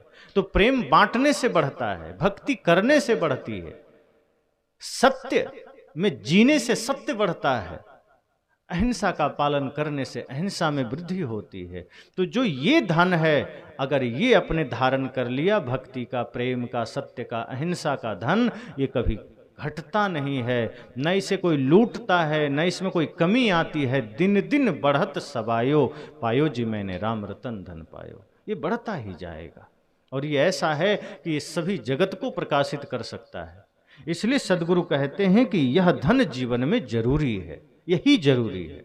बाहरी धन तो शरीर की व्यवस्था के लिए है, उतना ही कमाइए, अधिक कमाइए तो खाइए भी, खिलाइए भी। आपका धन भी धर्म का कारण बन जाए, आपका बल भी किसी असहाय का कारण बन जाए, किसी निर्बल का बल बन सके, आपका धन किसी निर्धन का धन बन सके। लेकिन हमारा धन आज पाप का कारण बनता है। आदमी के पास धन है तो जुआ खेलने में लगा है, मांस मछली खाने में लगा है, हिंसा करवाने में लगा है, छल प्रपंच करने में लगा है, किसी का घर तोड़ने में लगा है। सदगुरु कहते हैं अगर आपके पास धन है और ज्यादा मात्रा में है, तो वो धन भी आप धर्म में प्रयोग करिए। किसी निर्धन का धन बन जाइए, किसी निर्बल का बल बन जाइए, किसी लाचार का सहायक बन जाइए। अगर आपके जीवन में कोई सामर्थ्य आपने पाया है, उस सामर्थ्य पर गुरूर बस मत करिए, घमंड मत करिए, वरना सामर्थ्य तो रावण का भी नहीं टिका, गुरूर तो उसका भी खत्म हुआ। इसलिए अगर बाहर कुछ है वो घमंड के लायक नहीं है, बल्कि ये सोचिए कि नियति ने और आपकी मेहनत ने आपको एक मौका दिया है, एक अवसर दिया है कि आप जगत की सेवा कर सके। अगर कोई द्वार पर कुछ मांगने आ जाए तो खुश हो जाइए कि मैं देने वालों में हूं, इसलिए मेरे पास कोई याचक आया है। ये मेरा सौभाग्य है कि किसी के जीवन का मैं काम आ जाऊंगा, किसी के जीवन के दुख का मैं निवारण कर सकूंगा। ये कभी दुख मत करिए अपने मन में कि मेरे पास कोई क्यों आया। ये सोचिए कि आपको देने वालों में आपका सामर्थ्य आया है। इसलिए सदैव स्वयं को ऐसा बनाइए कि ज्ञान हो, धन हो, बाहर का धन हो, भीतर का धन हो, ये सदैव सेवा में लगता रहे। अर्जन करिए, विसर्जन भी करिए। अगर तालाब में जल जमा रह जाए तो वो तालाब दूषित हो जाता है। कुआं का जल बहुत दिनों तक न निकाला जाए तो दुर्गंध आने लगती। इसी तरह जब हम धन बटोर बटोर के इकट्ठा करते हैं, वो धन दूषित हो जाता है, फिर वो हमें छल के रास्ते पर ले जाता है, फिर वो धन हमें पाप के रास्ते पर ले जाता है, फिर वो धन हमें जुए के अड्डे पर ले जाता है, फिर वो धन हमें हिंसा के मार्ग पर ले जाता है, और तब फिर हमारे हाथ में कुछ भी नहीं होता। फिर वो धन जो अब पाप का कारण बन गया, बहुत होने के बाद भी हम हिंसा, चोरी, नशा, झूठ, व्यभिचार, जुआ में लग जाते हैं। इसलिए सदगुरु कहते हैं सामर्थ्य है तो उसका सदुपयोग करिए, मनुष्य शरीर का सदुपयोग करिए, दुरुपयोग मत करिए। गोस्वामी जी तो कहते हैं बड़े भाग्य मानुष तन पावा, सुर दुर्लभ सदग्रंथ ही गावा, कि बड़े भाग्य से मनुष्य शरीर मिला है।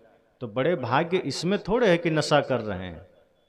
अगर कोई आदमी नशा कर रहा है, दुर्व्यसन कर रहा है, माता पिता को गाली दे रहा है, धर्म का अपमान कर रहा है, तो उसके लिए शब्द ठीक नहीं है कि बड़े भाग्य से मनुष्य शरीर मिला।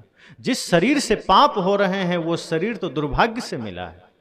तब हम नहीं कह सकते कि बड़े भाग्य मानुष तन पावा, तब यही कहना होगा बड़े दुर्भाग्य से मनुष्य तन पावा। क्यों? क्योंकि हम छल कर रहे हैं, क्योंकि हम पाप कर रहे हैं, क्योंकि हम माता पिता का दिल दुखा रहे हैं, क्योंकि हम पड़ोसी के साथ दुर्व्यवहार कर रहे हैं, क्योंकि हम गलत मार्ग पर जा रहे हैं, जुआ खेल रहे हैं। बड़े भाग्य उसी के लिए कहा गया जिसने अपने जीवन को प्रेम के मार्ग पर लगा दिया, वैराग्य के मार्ग पर लगा दिया, परमार्थ के मार्ग पर लगा दिया, जिसने त्याग के मार्ग पर लगा दिया, सेवा के मार्ग पर लगा दिया, जिसका जीवन सेवा में लग गया, परमार्थ में लग गया, समझ जाइए उसी के जीवन के लिए कहा गया कि बड़े भाग्य मानुष्य तन पावा। और ऐसा मनुष्य जीवन पाने के लिए फिर देवता भी तरसते हैं, वरना चोर होने के लिए देवता तरसेंगे? चोर बनने के लिए देवता को उत्सुकता थोड़े है, जुआरी बनने के लिए थोड़े देवता तरसेंगे, हिंसक बनने के लिए थोड़े देवता तरसेंगे। देवता कब तरसते हैं? भक्त प्रहलाद जैसा बनने के लिए, सुदामा जैसा बनने के लिए, मीराबाई की तरह बनने के लिए, भगत सिंह की तरह बनने के लिए, श्रवण कुमार की तरह बनने के लिए। इन लोगों के जीवन को देख करके ही देवता को मन में आता होगा कि काश हम भी मनुष्य होते तो हम भी ऐसा हो जाते, हम भी देश की सेवा करते, समाज की सेवा करते। देवता को यह देखकर कभी भी नहीं होता होगा कि चलो किसी चोर को देखा, रे वाह कितना बढ़िया चोर है, काश हम भी मनुष्य होते, हम भी चोर बनते, ऐसा थोड़े ख्याल आता हो। किसी जुआरी को देखकर देवता को नहीं लगता होगा कितना बढ़िया जुआरी है। चोर कैसा भी होगा वो चोर ही है, जुआरी कैसा भी होगा वो जुआरी ही हो, धर्मात्मा थोड़े हो जाएगा।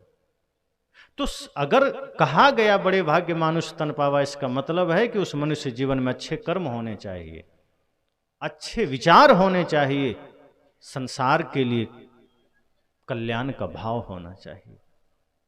वरना अगर ऐसा नहीं किए तो एक दिन शरीर तो छूट ही जाना है। किसका रहा है? हमें लगता है सब जाएंगे, हमें तो यहीं रहना है, हम यहीं कुंडली मार कर बैठेंगे, पर कब मृत्यु आकर कान पकड़े कहे चलो तेरा समय हो गया, पता भी नहीं चलेगा। और जब जाने का समय आता है तो मृत्यु मोहलत भी नहीं देती, वो उम्र भी नहीं देखती कि बूढ़ा होगे तभी ले जाएंगे। कभी कभी जवानी में उठा लेती है मृत्यु, कभी कभी बचपने में उठा लेती है। सदगुरु कहते हैं सदैव अगर पाप के मार्ग से बचना है तो मौत को भी याद रखना, स्मरण रखना कि एक दिन शरीर को जाना भी है। इस शरीर मिला है, जैसे किसी बच्चे का एग्जाम होता है, परीक्षा होती है 3 घंटे के लिए, तो कॉपी दे दी जाती है और शिक्षक अर्थात जो परीक्षा लेने वाले महोदय होते हैं उनका ध्यान घड़ी पर चला जाता है कि मान लो 10 बजे दिया, 1 बजे कॉपी ले लेनी है। अब बच्चे उस बीच में लिखें ना लिखें, वो पूरा 1 घंटे में लिख दें कि 2 घंटे में लिख दें कि 3 घंटे में लिख दें कि ना लिख पाएं, परीक्षक महोदय को कोई लेना देना नहीं है। वो 1 बजे का कॉपियां वापिस कर लेंगे, जो नहीं लिख पाया है उसका भी छीन लेंगे। यही हमारे जीवन के साथ हमें भी 3 घंटे का समय मिल गया है, बचपन का, जवानी का, बुढ़ापे का। अब वहां तो तय है कि 3 घंटे से पहले नहीं लिया जाएगा, पर ये जो मृत्यु ने जो हमें समय दिया है इसमें कोई तय नहीं है कि 3 घंटा आपको मिल जाएगा। लगता तो है 3 घंटा मिला है, पर यहां 3 घंटा तय नहीं है। बाहर तो तय है कि 3 घंटा से पहले परीक्षक आपकी कॉपी नहीं ले सकता है, लेगा तो वही सस्पेंड हो जाएगा। वहां 3 घंटा आपको पूरा मिलेगा, उतना में तो आप लिख ही देंगे, नहीं लिखे तो दुर्भाग्य। लेकिन जीवन के परीक्षा में ऐसा नहीं है। वो 3 घंटा से पहले भी आपका जीवन लिया जा सकता है वापिस। हो सकता है पहला घंटा शुरू ही हो और छीन लिया जाए। सोचिए कितना नश्वर है जीवन, और ऐसा होता है। कई बच्चे का जन्म होता है और वो 1-2 महीने में यहां से विदाई हो जाती है। कई का जन्म हुआ और 6 महीने में विदाई हो गई, और कई तो गर्भ में ही मर करके बाहर आता है, अर्थात वो उसकी परीक्षा शुरू भी नहीं हुई और उसकी कॉपी छीन ली गई। इतना नश्वर जीवन है। सदगुरु कहते हैं फिर कहां दौड़े चले जा रहे हो, फिर क्यों सोच रहे हो कि यहीं कुंडली मारकर बैठना है। जिस जीवन में आप हैं, दुनिया का सबसे नश्वर चीज आपके पास है, यह शरीर, और इसका कोई पता नहीं है, कुछ भी मालूम नहीं है कि यह शरीर कब तक टिकेगा। इसलिए बेहोशी नहीं चाहिए, जागरण चाहिए कि शरीर साधन है, हमें मिला है। ये मत सोचिए कि कल भजन कर लेंगे, कल सत्संग कर लेंगे, कि कल ध्यान कर लेंगे ना। अगर ऐसा सोच लिए तो जीवन खो जाएगा। फिर समझ जाना कि हाथ से निकल गया समय। आज इसी क्षण अगर गुरु का सानिध्य मिल गया, सत्संग मिल गया, समझ जाइए आज ही हमें जग जाना है, भजन में लग जाना है। संसार का भी काम होता रहे, भजन भी चलता रहे। तन से काम मन से राम, कहीं कबीर सरय दो काम। और यदि आज आप जगे, आज होश में आए, तो समझना शरीर भी आपका ठीक ठाक रहेगा जब तक आप रहेंगे, जब तक आपका काम पूरा नहीं होगा और आपका अपना काम भी हो जाएगा। वरना हाथ पछताना पड़ेगा, मलना पड़ेगा। फिर आपको लगेगा कि थोड़ा मोहलत मिल जाता, हम कल्याण का काम कर लेते। क्योंकि अब जब समय है करने का, शक्ति है शरीर में, तो टाल दिया कल पर। मैंने कहा था ना कि कहीं सत्संग हो तो आदमी कहता है कल कर लेंगे, और कहीं राशन बंट रहा हो तो आज ही ले आएंगे, कहीं ऑर्केस्ट्रा हो रहा हो तो आदमी जवान तो जवान, बूढ़े भी पहुंच जाते हैं छिप के कि चलो आज आनंद ले ही ले। लेकिन सत्संग हो रहा हो तो आदमी सोचता है 3 दिन में है, तीसरा दिन चलेंगे। सदगुरु कहते हैं कभी कल पर मत टाल देना। जो चीज शुभ को तो कम से कम कल पर मत टालिए, शुभ कार्य को आज ही कर लीजिए। ये मत सोचिए कि अभी हम छोटे हैं या अभी हमारी उम्र क्या है भजन करने का। तो संसार में कुछ भी करने का उम्र अगर है तो भजन करने का तो सबसे पहले है, क्योंकि मनुष्य देह भजन के लिए ही मिला है, मुक्ति पथ पर चलने के लिए ही मिला है। हम इसको ही छोड़कर बाकी सब कर लेते हैं, भक्ति ही वश नहीं करते जिसके लिए शरीर वास्तव में मिला है। इस शरीर भक्ति के लिए मिला है, अगर भक्ति के लिए नहीं मिलता तो कीट पतिंगों का शरीर मिल जाता, सांप छुछुंदर कुत्ता बिल्ली का शरीर मिल जाता, उसमें भक्ति नहीं कर सकते। लेकिन मनुष्य शरीर मिलता ही भक्ति के लिए है, और मनुष्य शरीर में आकर हम भक्ति ही नहीं करते हैं, सब कर लेते हैं। इसलिए कभी भी किसी कार्य को, अच्छे कार्य को कल पर न टालिए। जीवन बड़ा नश्वर है, क्षणभंगुर है, कब विदा हो जाए कोई नहीं जानता, कब हमसे छीन जाए कोई नहीं जानता, कब अंतिम घड़ी आ जाए कोई नहीं जानता। लेकिन आदमी क्या करता है, भजन कल कर लेंगे, संसार का काम आज कर लेंगे। अच्छे काम को हम कल पर टाल देते हैं, बुरे काम को आज कर लेते हैं। और इतना ही नहीं, सत्संग को, भजन को, दान को, धर्म को, पुण्य को, परमार्थ को कल पर टालते तो हैं ही, साथ साथ ये भी करते हैं कि जब करने का अवसर आता है तो मुहूर्त निकलवाते हैं कि देखो बढ़िया दिन है कि नहीं, तब सत्संग करेंगे। जो सत्संग खुद सब कुछ बढ़िया कर देता है उसके लिए हम बढ़िया दिन खोज रहे हैं। सत्संग तो स्वयं बढ़िया है, उसके लिए क्या बढ़िया दिन खोजना। जब समय मिले सत्संग कर लीजिए, वो खुद सब बढ़िया हो जाता है। कुछ बढ़िया काम करना है, शादी विवाह भी लोग मुहूर्त देख के करता है कि जो मुहूर्त में होगा तभी करेंगे। सारे शुभ कार्य हम मुहूर्त देखते हैं लेकिन धरती का जितना अशुभ कार्य है सब बिना मुहूर्त देखे होता है। कोई चोर कभी भी पंडित जी के पास नहीं जाता, पंडित जी थोड़ा देख लीजिए बढ़िया दिन होगा तो आज चोरी करेंगे। कभी सुना है आपने? उसको बड़ा कॉन्फिडेंस है अपने चोरी पर कि हम कभी भी करेंगे, सफल हो जाएंगे, पंडित जी से पतरा दिखाने की जरूरत नहीं। वो अपने चोरी काम में एकदम निपुण है। वो जानता है कि हम जिस समय निकल जाएंगे कुछ ना कुछ हाथ मार के ही लौटेंगे, हमको पतरा देखने की जरूरत नहीं। नशेड़ी कभी नहीं कहता कि थोड़ा सा देख दीजिए हमारा हाथ या पतरा, आज हम शराब पीने जा रहे हैं, बढ़िया मुहूर्त होगा तभी पिएंगे। सुना है कभी? कभी कोई नहीं कहता कि हम किसी का गला काटने जा रहे हैं, पंडित जी थोड़ा देख लीजिए शुभ मुहूर्त है कि नहीं। शुभ मुहूर्त में किसी का गर्दन काटेंगे। धरती का सारा पाप बिना मुहूर्त देखे हो रहा है और सब हो रहा है। लेकिन जब पुण्य करने का मौका आया, धर्म करने का मौका आया, सत्संग करने का मौका आया, तो हम मंडराने लगते हैं पंडित जी के पीछे, देख दीजिए थोड़ा पतरा, अच्छा काम करने जा रहे हैं। सदगुरु कहते हैं अच्छा काम का मतलब ही है कि आपने पहले ही संकल्प अच्छा कर लिया है, अच्छा करने जा रहे हैं, जब कर लो अच्छा हो ही जाएगा। मुहूर्त तो गलत के लिए देखो, क्रोध कर रहे हो, मुहूर्त देखते हैं क्या कि चलो अभी मुहूर्त है कि नहीं, बाद में क्रोध करेंगे? क्रोध बिना मुहूर्त के कर रहे हैं, झगड़ा बिना मुहूर्त के कर रहे हैं। लेकिन प्रेम करना हो, भजन करना हो, सत्संग करना हो, दान करना हो, हम मुहूर्त खोजने लगते हैं, पता नहीं मुहूर्त कैसा है। सदगुरु कहते हैं यही सब मन की बीमारियां हैं, मन की समस्याएं हैं, जो हमें सदैव अच्छे कार्यों में बाधित करती है कि हम अच्छा कर ही ना सके। एक बाहर का जंजाल है, शास्त्रों का जाल, ठग गुरु लोगों का जाल, और भीतर मन का जाल, ये सब मिल करके आपको रोक देता है। एक ही चीज धारण करिए कि अगर आपके पास सही संकल्प है, सही लक्ष्य है और राष्ट्र सेवा का भाव है, आप 12 बजे रात में भी खड़े होकर निकल जाइए, आप सफल हो जाएंगे।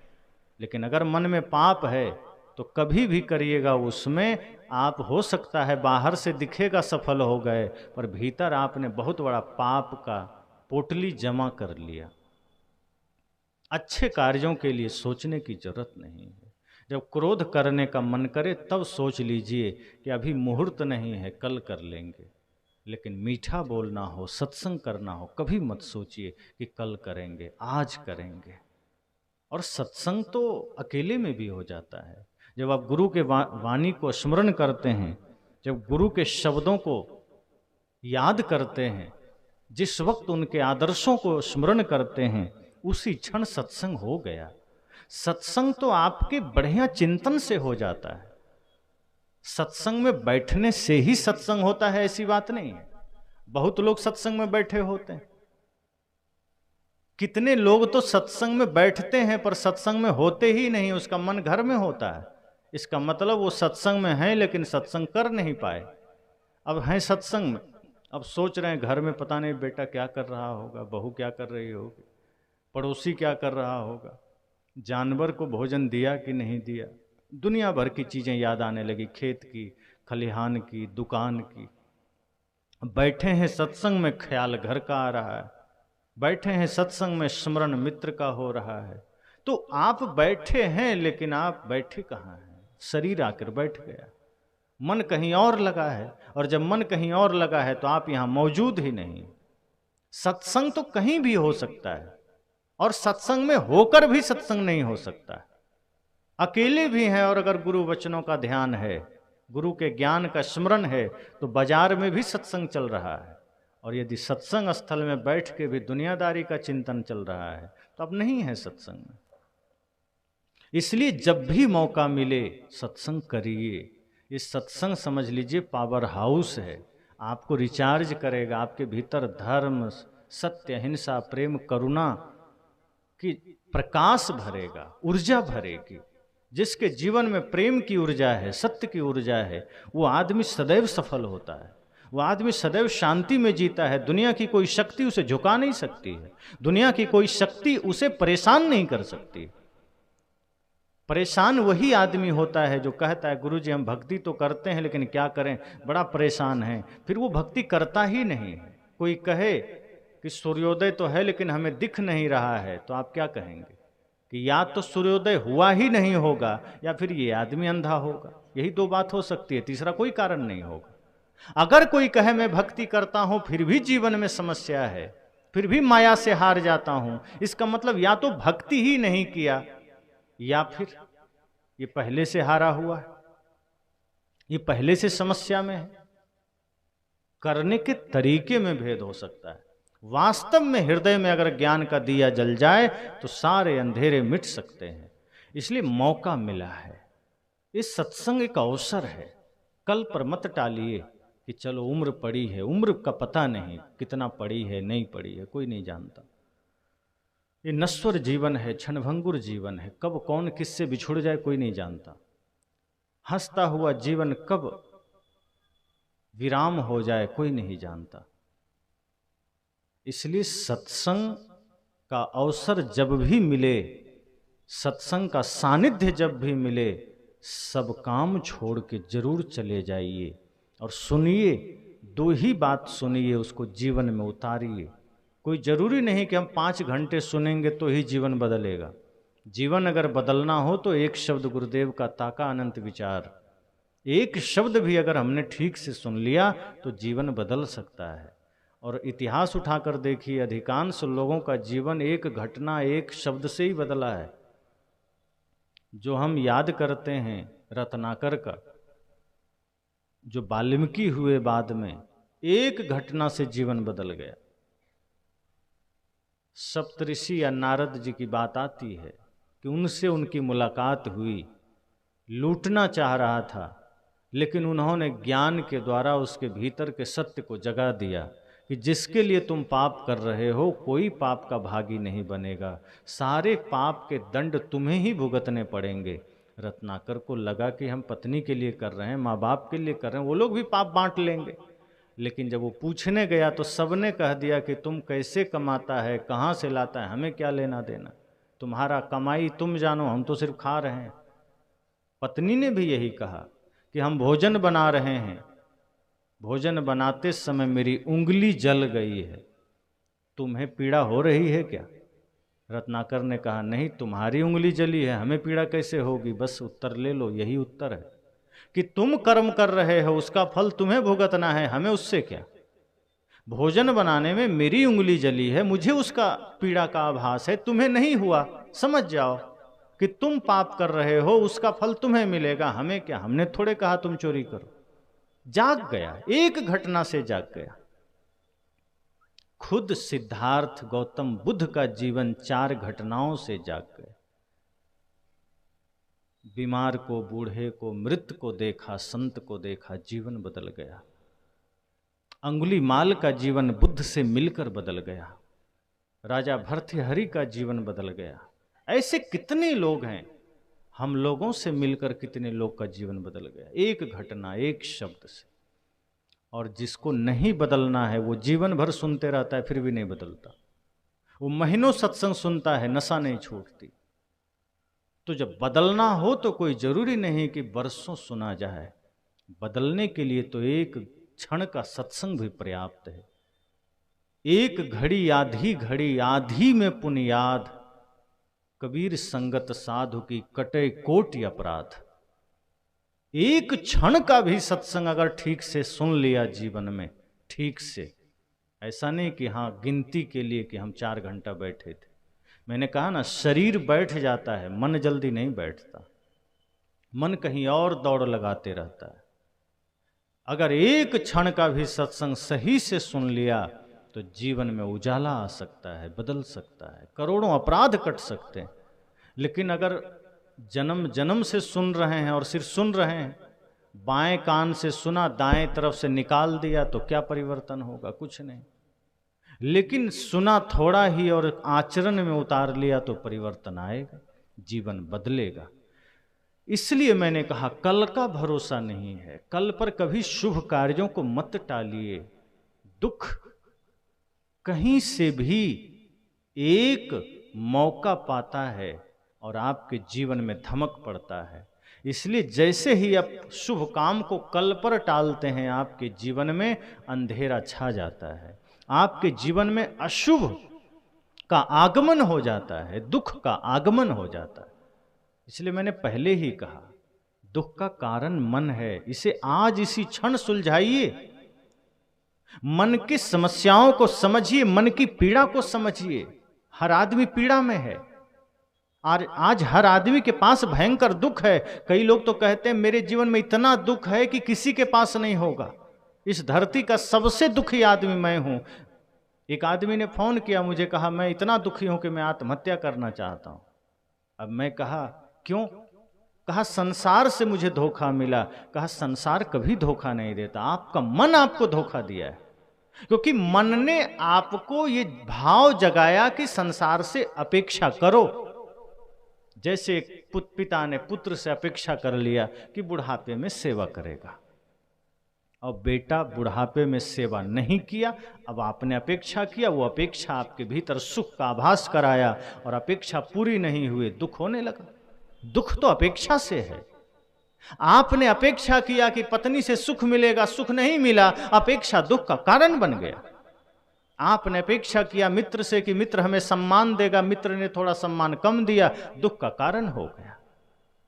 आपने अपेक्षा कर लिया कि किसी के घर जाऊंगा, बढ़िया कुर्सी पर बैठने देगा, वो चटाई ला के दे दिया, आप दुखी हो गए क्योंकि आप अपेक्षा कुर्सी का किए थे।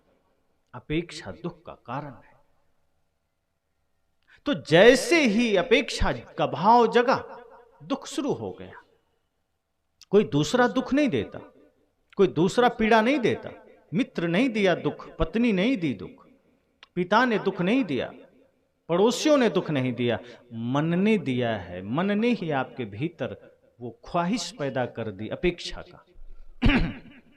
और जब मन में ख्वाहिशें पैदा होती है, अपेक्षाएं पैदा होती है, दुख का जन्म हो जाता है। दुख आपका मन देता है, किसी और के द्वारा नहीं मिलता। इसलिए मन को ही समझना है कि हमें अगर दुख से मुक्त होना है तो सबसे पहली बात कि मन को ध्यान के द्वारा साधना है। मन को साधना ही भजन है। पाना नहीं, जीवन को बदलना है साधना। धुएं सा जीवन मौत है, जलना है साधना। मंदिर में हम बहुत गए पर तन यह मंदिर नहीं बना। व्यर्थ शिवालय में जाना यदि मन शिव सुंदर नहीं बना। पर की पीड़ा में मोम सा पिघलना है साधना। पाना नहीं, जीवन को बदलना है साधना। आप मंदिर जाइए, लेकिन जब मंदिर से लौटिए तो अपने शरीर को भी मंदिर बना लीजिए। मैंने कहा था ना बीच में कि हमने शरीर को कूड़ादान बना लिया। कैसे?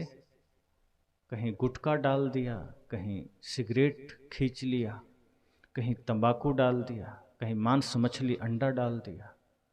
ये शरीर आपका देवालय है, मंदिर है। जैसे मंदिर के द्वार पर आप गांव का सारा कचरा जमा कर दें तो कोई भी आदमी प्रवेश नहीं कर सकता, फिर उसे लगेगा मैं मंदिर के नाम पर कबाड़ खाने में आ गया। यही हम सब ने शरीर के साथ किया है। शरीर है मंदिर, शरीर है तपोभूमि, और इसके दरवाजे पर ही मुख्य दरवाजा है। आंख, नाक, कान इस मंदिर की खिड़कियां हैं, मुख इस मंदिर का दरवाजा है। तो जिस दरवाजे को पवित्र रखना था उसमें नशा डाल दिया, दुर्व्यसन डाल दिया, गलत खान पान डाल दिया, और सोचते हैं जीवन में दुख क्यों है। तो जो शरीर मंदिर है, जिसे मंदिर की तरह पवित्र रखना था, उसमें आपने कूड़ादान बना करके कुछ भी डाल दिया। तो जब खाया ही गलत सब कुछ है तो भीतर से निकलेगा कैसे अच्छा। जैसा खाएंगे अन्न वैसा बनेगा मन, जैसा पिएंगे पानी वैसी होगी बानी, जैसा करेंगे संग वैसा चढ़ेगा रंग। सीधी बात। इसलिए सदगुरु कहते हैं सजग रहिए, शरीर को कूड़ादान मत बनाइए, मंदिर बनाइए। ये शरीर मंदिर है। प्रकृति ने गंदा शरीर नहीं दिया था। प्रकृति ने जो शरीर दिया निर्मल दिया, पवित्र दिया। दांत मोती की तरह चमक रहे थे जब 1 साल में दांत आए तो, लेकिन गुटखा खा के, पुड़िया खा के, तंबाकू खा के दांत को ऐसा बना लिया जैसे डामर लपेट दिया है उसमें। सड़क में जो डामर बिछाई जाती, लगता है पूरा मुख में वही पेंट करवा दिया। अब ये दुर्गति अगर शरीर का रहेगा तो मुख से अच्छा कैसे निकलेगा। इसलिए मैंने कहा ये शरीर आपका साधन है, इसको भी गंदा मत करिए। ये साधन है, इसको पवित्र रखिए। और पवित्र शरीर से जब पवित्र काम करेंगे, पवित्र वचन बोलेंगे, तो जीवन में सदैव शुभता रहेगी, पवित्रता रहेगी, सुख रहेगा। इसलिए सत्संग को कल पर मत टालिए, शुभ काम को कल पर मत टालिए, अच्छे काम को कल पर मत टालिए। लेकिन गलत करने का ख्याल मन में आ जाए, कुछ पाप करने का ख्याल मन में आ जाए कभी, तो उसे कल पर जरूर टाल दीजिए, आज मत करिए। किसी को गाली देने का मन करे तुरंत मत दीजिए, आप सोच लीजिए कि आज गाली नहीं देंगे कल दे लेंगे। किसी से झूठ बोलने का मन करे, सोचिए आज नहीं कल बोल लेंगे। जब आप इस तरह संकल्प लेंगे तो मन धीरे धीरे समझने लगेगा कि हमें पाप के मार्ग पर नहीं जाना है, अन्याय के मार्ग पर नहीं जाना है, हमें भक्ति के मार्ग पर चलना है, क्योंकि भक्ति ही जीवन का आधार है। ये मनुष्य शरीर भक्ति के लिए ही मिला है और भक्ति से ही मुक्ति संभव है। संसार का सारा काम करिए, समाज में रहिए, समाज का काम करिए, राष्ट्र निर्माण का काम करिए, लेकिन ध्यान रखिए जीवन थोड़ा है और इस थोड़े से जीवन में हमें पाप नहीं कमा के जाना है, धर्म कमा के जाना है। हम जाएंगे, सबको जाना है, पर ऐसा करके जाएंगे ताकि हमारा जाना लोगों के दिलों में स्मृति बन जाए। ऐसा ना हो कि अपने ही लोग हमें भूल जाएं, फिर ऐसा जीवन किस काम का। खूब जिए, खाए पिए, धन इकट्ठा किया और मृत्यु आई, चले गए, कोई याद भी नहीं किया। दूसरे तो क्या ही याद करेंगे, घर के लोग भी भुला दिए 2 साल में, 6 महीने में। काम ऐसा करिए कि अपने तो अपने गैर भी हृदय में याद रख सकें, वो काम करिए। और वो काम सिर्फ परमार्थ हो सकता है। अपने लिए आप कुछ भी कर जाइए, संसार याद नहीं रखेगा। अगर आपने किसी भी तरह से समाज राष्ट्र निर्माण में भूमिका निभा दी है, लोगों की सेवा में अपने जीवन को लगा दिया है, माता पिता गुरु एवं राष्ट्र की सेवा में स्वयं को समर्पित कर दिया है, तो निश्चय ही आप अमर हो जाएंगे। आपके ये कर्म आपको मरने नहीं देंगे, आपके ये शुभ कर्म आपको अमर बना देंगे और यही जीवन की उपलब्धि होगी, यही जीवन की ताकत होगी। आप रहें ना रहें, लेकिन आपके कर्म रहेंगे और फिर आप अपने आने वाली पीढ़ियों में भी वो ज्ञान, वो आदर्श, वो संस्कार देकर जा सकेंगे। तो इसलिए मैंने कहा कि हम सब का जीवन में दुख है, हमारे जीवन में पीड़ा है, हमारे जीवन में समस्या है, लेकिन वो समस्या मन के कारण है, किसी दूसरे के कारण नहीं है। कभी भी मत सोचिए कि पिताजी के कारण दुख है, पत्नी के कारण दुख है, कभी भी मत सोचिए कि मित्र के कारण दुख है। सारे दुख मन के कारण हैं और मन को ध्यान के द्वारा, सत्संग के द्वारा साधा जा सकता है, निर्मल किया जा सकता है, नियंत्रित किया जा सकता है। और जिसने ऐसा कर लिया वो सुखी हो गया, उसका दुख मिट गया। और जब तक हम दूसरे को कारण मानते रहेंगे अपने सुख और दुख का, तब तक कोई हमें सुखी नहीं कर सकता, कोई हमारे दुख को मिटा नहीं सकता। इसलिए अस्थाई सुख शांति चाहिए तो जीवन में यही संकल्प लीजिए कि हम सब मुसाफिर हैं, मेहमान हैं इस धरा पर, पता नहीं कब टिकट मिल जाए जाने का। उससे पहले कुछ अच्छा कर जाना है। बने जो कुछ धर्म कर ले यही एक साथ जाएगा। जो कुछ भी बन सके अच्छा करना है और सदैव संकल्पित रहना है कि कुछ ना कुछ पुण्य काम जीवन में करना है। पाप तो होते ही रहते हैं जाने अनजाने में, लेकिन हम पुण्य के लिए कभी प्रयासरत नहीं होते। कभी भी हम स्वयं के लिए सोचते नहीं हैं कि अपने लिए तो हम खूब कर रहे हैं, पर हमारी सांसें, हमारा बल, हमारा धन किसी और के भी काम आ जाए। जो ऐसा सोच लिया, समझना वही तो धर्मात्मा है। कौन है धर्मात्मा? मंदिर जाने वाला धर्मात्मा नहीं है, मस्जिद जाने वाला धर्मात्मा नहीं है। धर्मात्मा वो है जो प्राणियों के भीतर परमात्मा को देख लिया, जो सबके भीतर भगवान का दर्शन कर लिया, वो धर्मात्मा है। और जिसने प्राणियों के भीतर भगवान को देख लिया, वो प्राणियों के साथ कम से कम छल तो नहीं कर पाएगा। अगर आपको किसी में परमात्मा का दर्शन हो गया तो आप उसके साथ दुर्व्यवहार नहीं कर सकते। अगर दुकानदार को अपने ग्राहक में भगवान दिखने लगे तो वो फिर ग्राहक को चूना लगाएगा क्या? फिर वो बढ़िया सामान देगा, उचित रेट पर देगा, उचित मुनाफा के साथ देगा। आज जिस तरह से देश में मिलावटबाजी का युग चल रहा है, जिस तरह छल प्रपंच भ्रष्टाचार का युग चल रहा है, भगवान के प्रसाद वाले लड्डू में चर्बी मिलाई जा रही है, सरसों के तेल में दुनिया भर की मिलावटें हो रही है, कहीं शुद्धता की कोई गारंटी नहीं।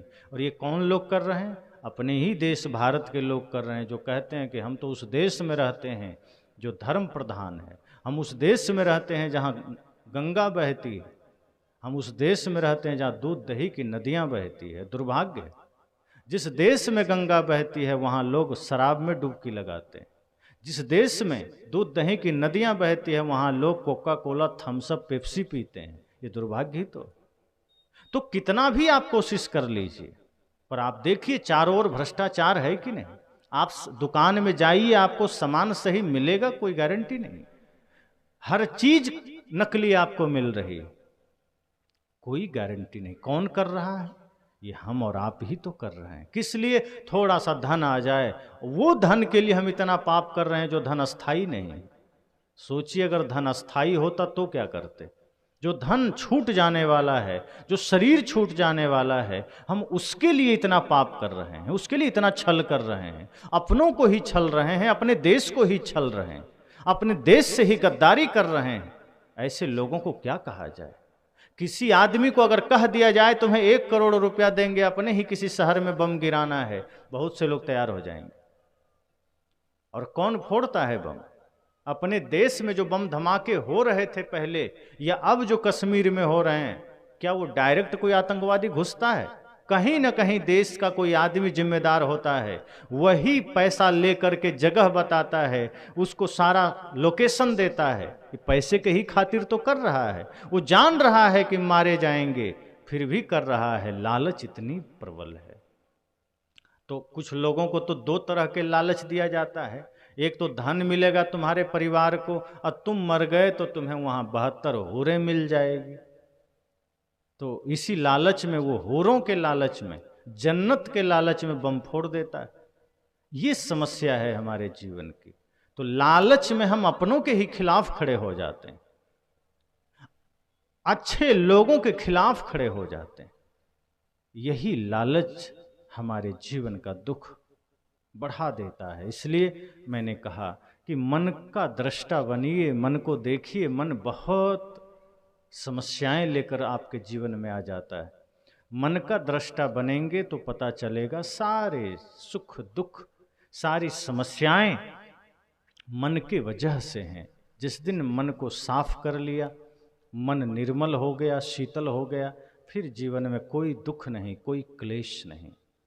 और एक बात और ध्यान दीजिए, जो दुख जीवन में आते हैं, ध्यान से, सत्संग से वो दुख मिटते नहीं हैं।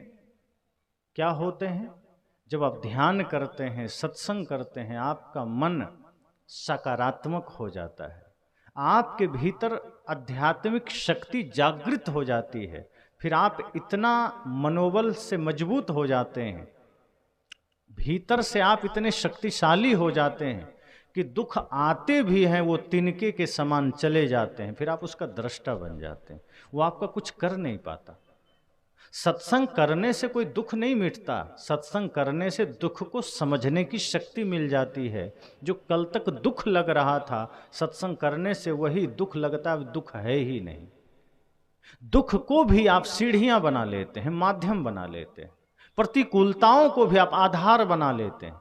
कितने लोग हैं समाज में जिनके जीवन में विषम परिस्थितियां आती है, लेकिन उस विषम परिस्थिति को ही वो आधार बना करके सफलता के शिखर पर चढ़ जाते हैं। ऐसे ही जब हम भक्ति करते हैं, ध्यान करते हैं, तो हमें इतना सूत्र मिल जाता है, इतनी शक्ति मिल जाती है कि हम उस दुख को भी सुख का साधन बना लेते हैं। फिर हम विपत्तियों को भी अपने जीवन के सुख का आधार बना लेते हैं। जिस प्रकार सीढ़ी होती है घर में, तो आप नीचे से ऊपर चले जाते हैं और उसी सीढ़ी से ऊपर से नीचे आ जाते हैं। अलग सीढ़ी थोड़े लगानी पड़ती है कि चलो एक सीढ़ी लगाया, अब पहले चढ़ने के लिए दूसरा लगाएंगे उतरने के लिए। सीढ़ी एक ही है, आप चढ़ भी सकते हैं, उतर भी सकते हैं। इसी तरह से आप सकारात्मक शक्ति जागृत करेंगे अपने भीतर, अपने मन को सकारात्मक बनाएंगे, उसी से आप परम शांति में चले जाएंगे। नकारात्मक बनाएंगे, उसी मन के द्वारा नरक में चले जाएंगे। करना कुछ नहीं, सिर्फ मन में शुभ शक्ति को जागृत करना है, सकारात्मक शक्ति को जागृत करना है। तो इस दूसरे दिन के सत्संग में हम सबको यह समझना है, जानना है कि हम सत्संग सुने, थोड़ा ही सुने, पर उसको जीवन में उतारें, और जो शुभ काम है उसे आज करें, कल पर ना टालें। जो समस्या है उसको समझने का प्रयास करें, गुरु संत सज्जन के सानिध्य में जाएं। अगर मन में कोई पीड़ा है, मन में कोई समस्या है, उसे मिटाइए, मन की समस्या ध्यान से मिटेगी, नाम जप से नहीं मिटेगी, गंगा में नहाने से नहीं मिटेगी, हवन करने से नहीं मिटेगी, वो सत्संग और ध्यान से मिटेगी। जब आप सत्संग में बैठेंगे, ध्यान में बैठेंगे, तो मन के पीड़ा से आप मुक्त होंगे। तो मन तो है दुख का कारण, मन तो है पीड़ा का कारण, लेकिन उस पीड़ा को मिटाना भी आपको ही है, वो तीर्थों में नहीं मिटेगा। तो समझना यही है कि कल जीवन रहे न रहे, हम संसार के सारे काम आज करने को तत्पर हैं, और भजन का काम कल पर करना है, कल पर टालना है। सत्संग कल पर टाल दे रहे हैं, शुभ काम कल पर टाल दे रहे हैं, शुभ के लिए मुहूर्त की तलाश कर रहे हैं। कभी भी शुभ कार्य के लिए मुहूर्त मत देखिए, जिस दिन इच्छा करे कर लीजिए।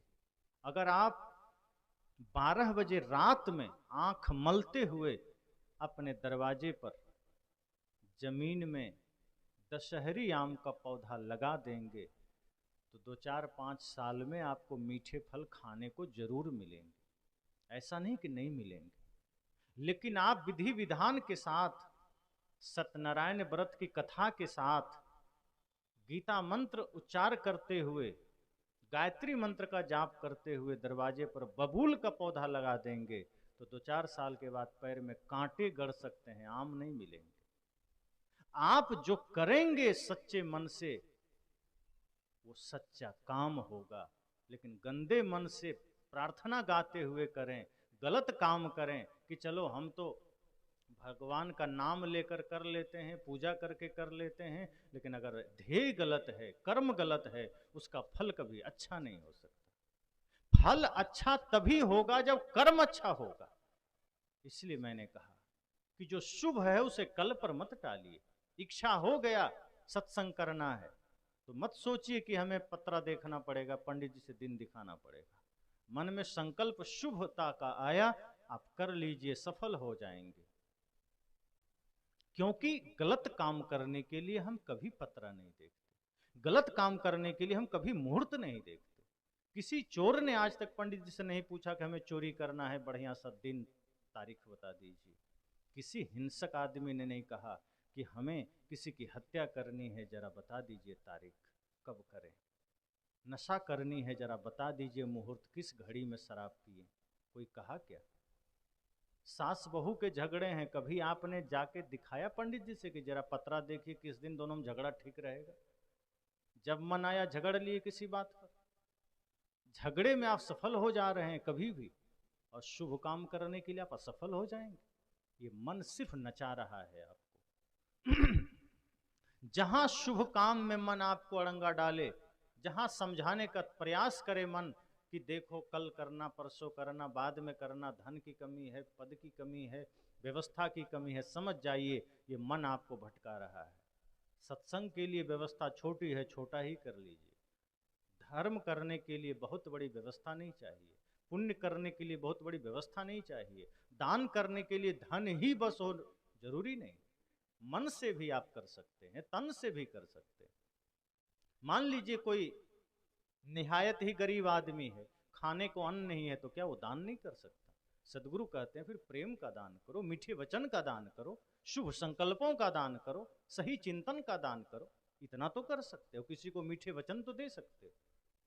धन नहीं दिया कोई बात नहीं, नहीं है, चिंता ना करो, मीठे वचन दे दो, सत्य वचन दे दो, शुभ संकल्प दे दो। अगर ये दे दिया तो किसी न किसी दिन धन भी होगा तो दे दोगे, लेकिन अगर ये नहीं दिया तो फिर कुछ नहीं दिया। इसलिए जीवन में सदैव जागृत रहिए, क्योंकि बेहोशी में हम जीते हैं तो यही सारे खुराफात हमारे मन में आते हैं।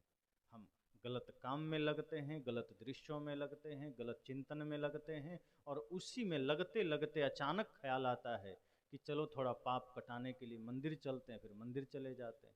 किसी ने समझा दिया, बस घर बैठे थोड़ा सा पूजा पाठ कर लेना, ये सारे पाप कट जाएंगे। मन को थोड़ा ढाढ़स मिलता है कि चलो कोई बात नहीं है, उपाय है। और हमारे ऐसे ऐसे लोग हैं समाज में जो आपको उपाय भी दिखा देते हैं कि पाप करते रहो, हमारे पास उपाय है, हम ठीक कर देंगे। कितने ऐसे लोग हैं। इसलिए लेकिन सजग होना है, कर्म सही करना है, और उसके लिए मन का सही होना जरूरी है, क्योंकि मन ही सारी समस्याओं का जड़ है।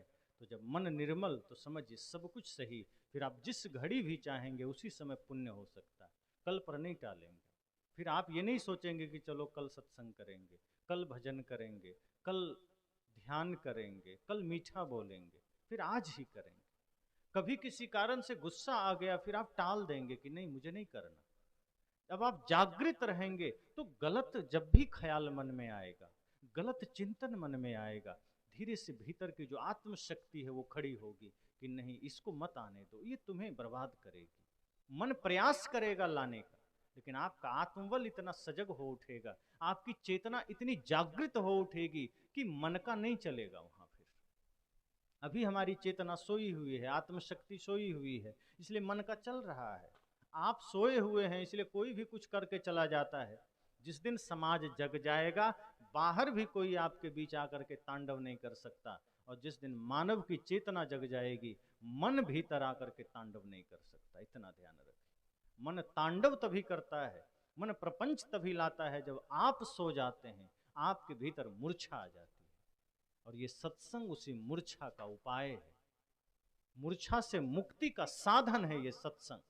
सदगुरु कबीर का सत्संग का अर्थ ही है जहां प्रतिपल प्रति क्षण जागरण का संदेश हो।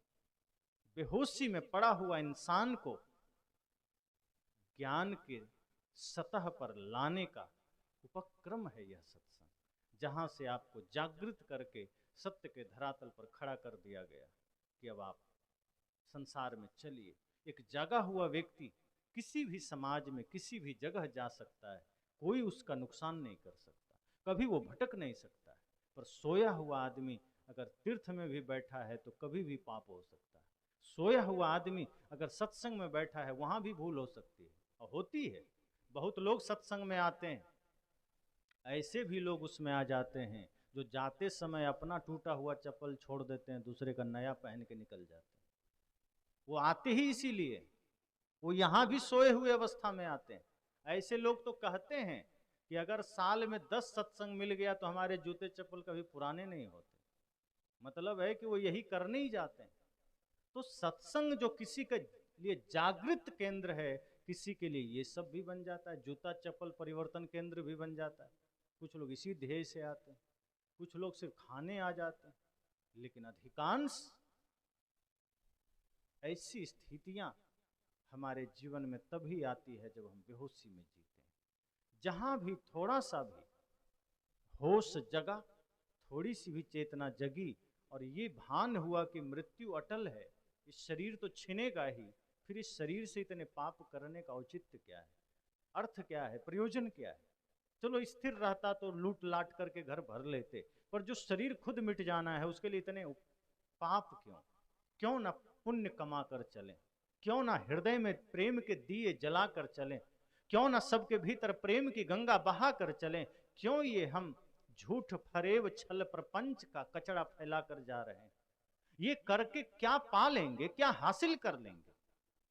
अच्छा हो जीवन को सजा के चलें, शरीर को सजा के देख लिया, घर को सजा के देख लिया, अच्छा हो चरित्र को सजा लें, मन को सजा लें, और जिसने मन को सजा लिया वही विजयी हो गया, वही अमर हो गया। इसी मंगल कामना के साथ वाणी को विराम देता हूं।